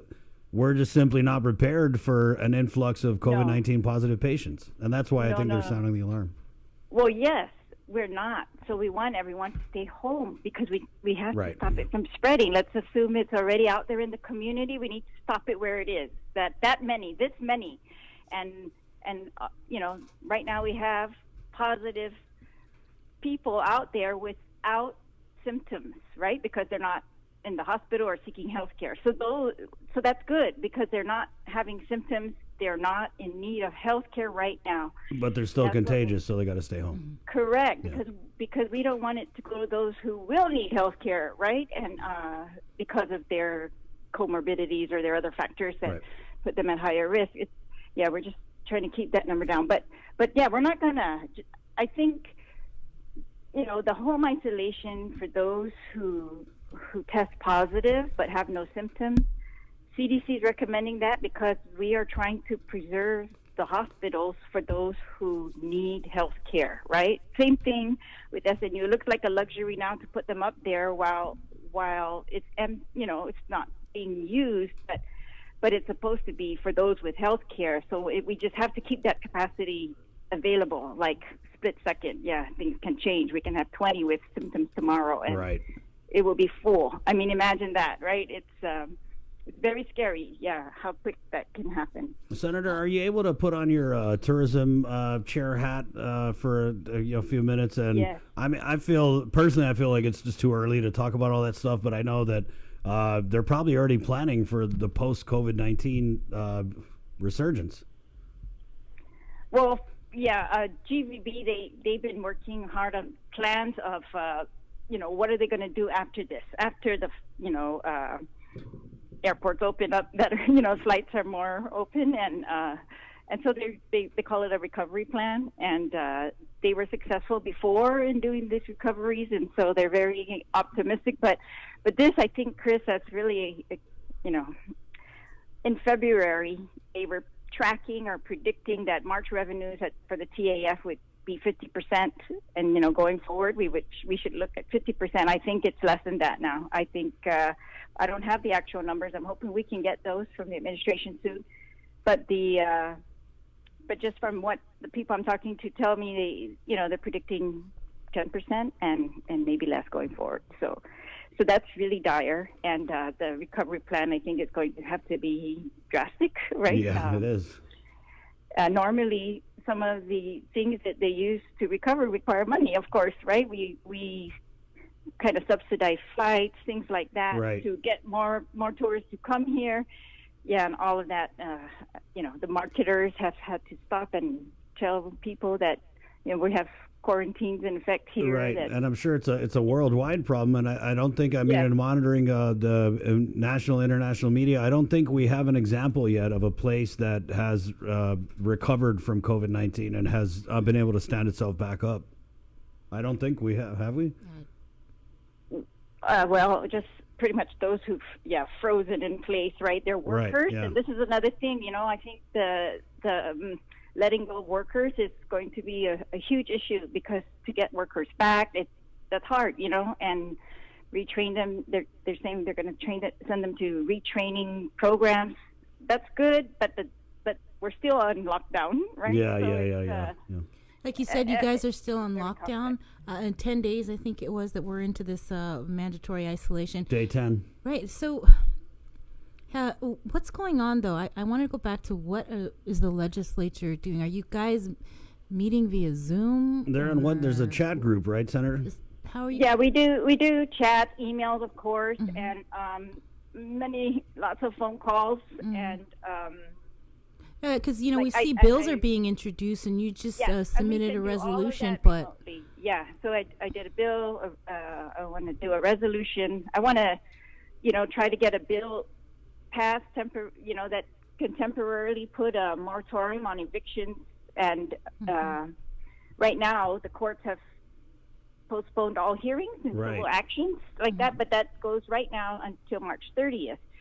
So I'm expecting that they're going to extend that. I can't predict, but that's what I expect, that those will be extended. So there's a little bit of relief because you can't come in to evict anybody. However, I think the legislature, that we should act on a bill that will just we tried to ask the governor. Bit of a moratorium and for a few months at least until we can see for real whether the federal packages reach us, right? And then we can either extend it or do whatever we've got to do to match those federal packages. Some of these, you've got to do certain things before you can avail yourself of it. Right. Yeah. And, I was a little frustrated when I asked the governor, what are we going to do for these displaced workers, hours cut, people losing their jobs, people trying to, scrape rent money together. And the response was basically, hang in there. I think she said, please work with us. But they're just waiting for the federal assistance to come in. And there's just nothing. We're getting calls about, people who don't qualify for food stamps normally are now in a position where they need emergency food stamps. And I'm very glad that that's something that is a priority for Linda. But I don't think people can hang in there. I don't think they can wait for, Congress, the Democrats, Republicans to figure everything out there. You're right. But without you guys being in session, how can we pass laws about, eviction relief? And so I just want to go back to, you said you had made the ask, a draft resolution to your colleagues. What are they saying about having session? Is there a reluctance, Senator, or are they on board? Do they realize that people are asking, where are the senators? I think, I haven't heard from everybody yet. So, but I do think a lot of it depends on the technology, right? And so we're hoping that they can come up with a technology that will allow it to the satisfaction of everyone. For example, I want a technology that allows all of us to be on at the same time and not necessarily just one at a time, because I feel like that that would be closer to how we conduct the sessions if right. we all can be on at the same time. Things like that. But we got our tech guy, Senator Jason, here. I don't know. Is there an app that Zoom? Because Hafene, Senator, how are you? Thank you for joining us. Very good to be talking to you. Or you can have we got a pretty good MIS team down there, and I'm hoping they're going to be able to come up with something. But if not, I'm going to give them your number, Jason, for sure. Thanks. Yeah, Jason. Maybe we get you an emergency contract. Yes, I've had to convert. Yeah, I'm really amazed at how all the different businesses and have converted to electronic ways of conducting. Yeah, I guess, Senator, I was always curious, being in the technology field, I think the fact that that it's now being at least considered, if not fully implemented, that there are, let's say, ad hoc sessions or meetings between you and your colleagues in the legislature that are over different types of video chat platforms like Zoom, which is like the big word on everybody's lips right now because Adaloop is using that. I mean, all over the world, in fact, Zoom is like really taking off.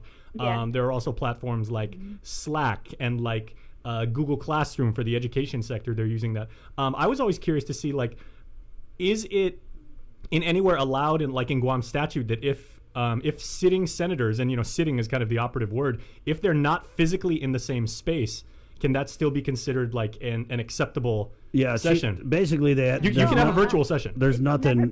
Never been. Yeah. Never been to date. That's what. And right. This is being considered by legislatures across the nation. Of course. And they haven't all agreed that they're going to go digital, virtual. Right.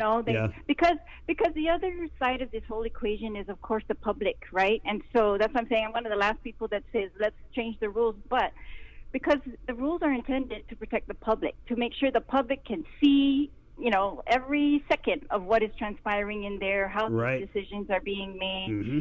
And that's kind of the cost of what, depending on what kind of technology we can hook into. Right. But, Senator, you guys have an Instagram, you guys have a YouTube. I don't know if there is a Facebook. So what I'm concerned about is we have had the speaker. I mean, I know she's writing letters and all that, but, first it was like, we're not going to have emergency session. Then it was like, oh, we're just postponing session until further notice with no clue about when you guys are gonna come together. So I want to hear from the rules chair. I mean, are we gonna try and change the rules, or we just gonna continue to shelter in place? Let's be proactive about this. I think, Chris, I want to speak for all of my colleagues that I think they're all working very hard. They're all trying to do all the things I described to you this morning. We're all trying to get from our committees and hook those up with federal, make sure by statute that we are authorizing these people to hook up with any federal programs, and that we are covering the interims.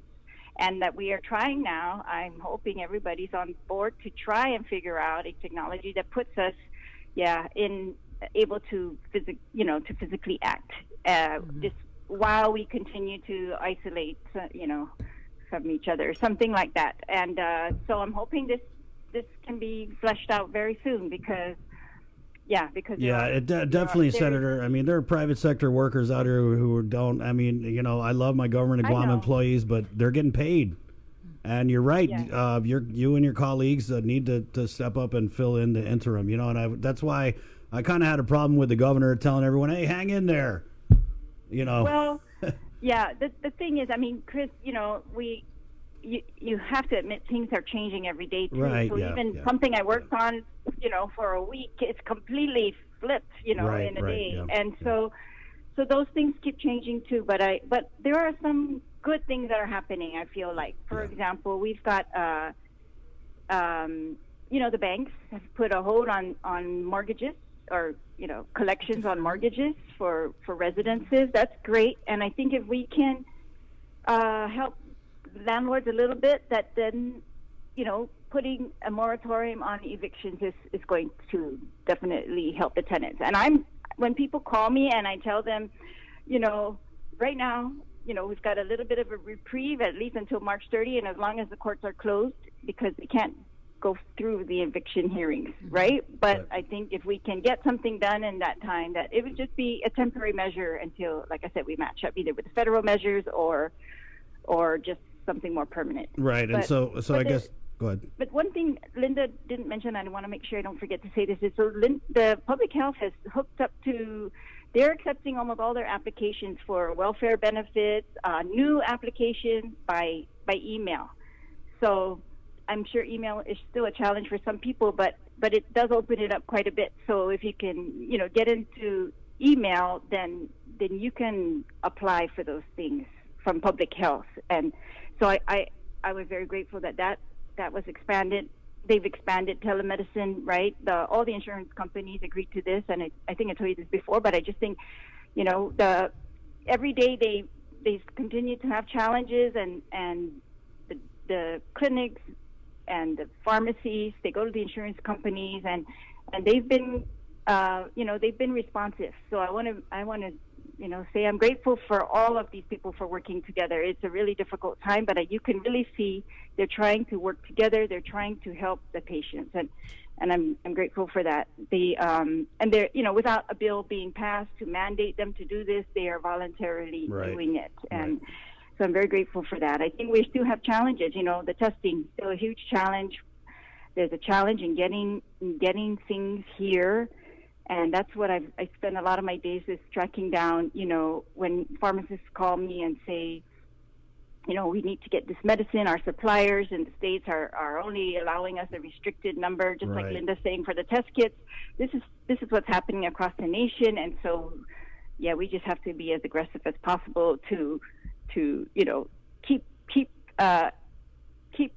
the stock, or get the stock if we don't even have any anymore, to make sure that we can get those. Yeah. So it's working with all kinds of things, procurement. I mean, it's these issues, but I think it requires diligence and faith. Don't give up, because and that's what I want to give credit. People who call me in the middle of the night or text me, their idea of how we could get around this or that.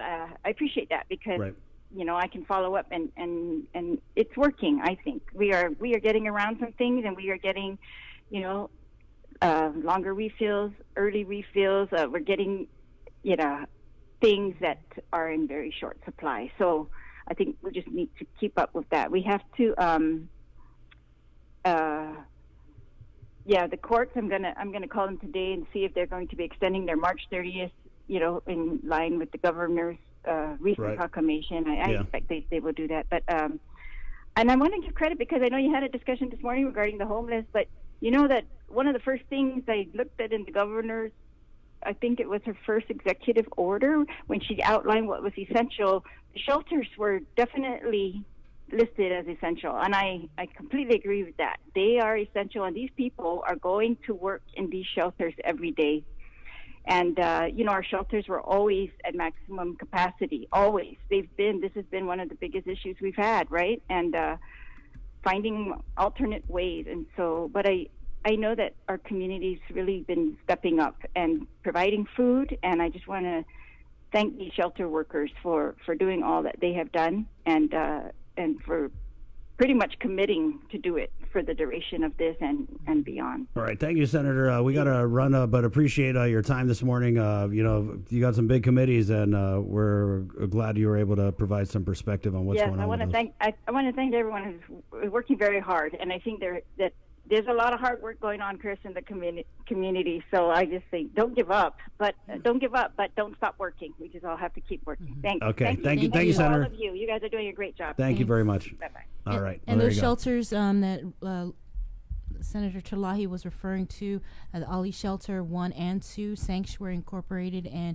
Guma San Jose, Public Health early on announced that those following shelters are open and will continue to provide services to their clients. Also, earlier today we had Major Tom Stambaugh. Did I say it right? From the Salvation Army, and he was telling us about how they're starting to see a spike in people that are in need of assistance. And if you'd like to make any sort of a donation, you're urged to call 477-9855. Again, that is the number to the Salvation Army's food bank. It's 477-9855. Okay, we're going to take a break. It's 9:11 or KUAM-FM, Agatni, Guam. KUAM News Updates are brought to you by McDonald's of Guam. I'm Loving.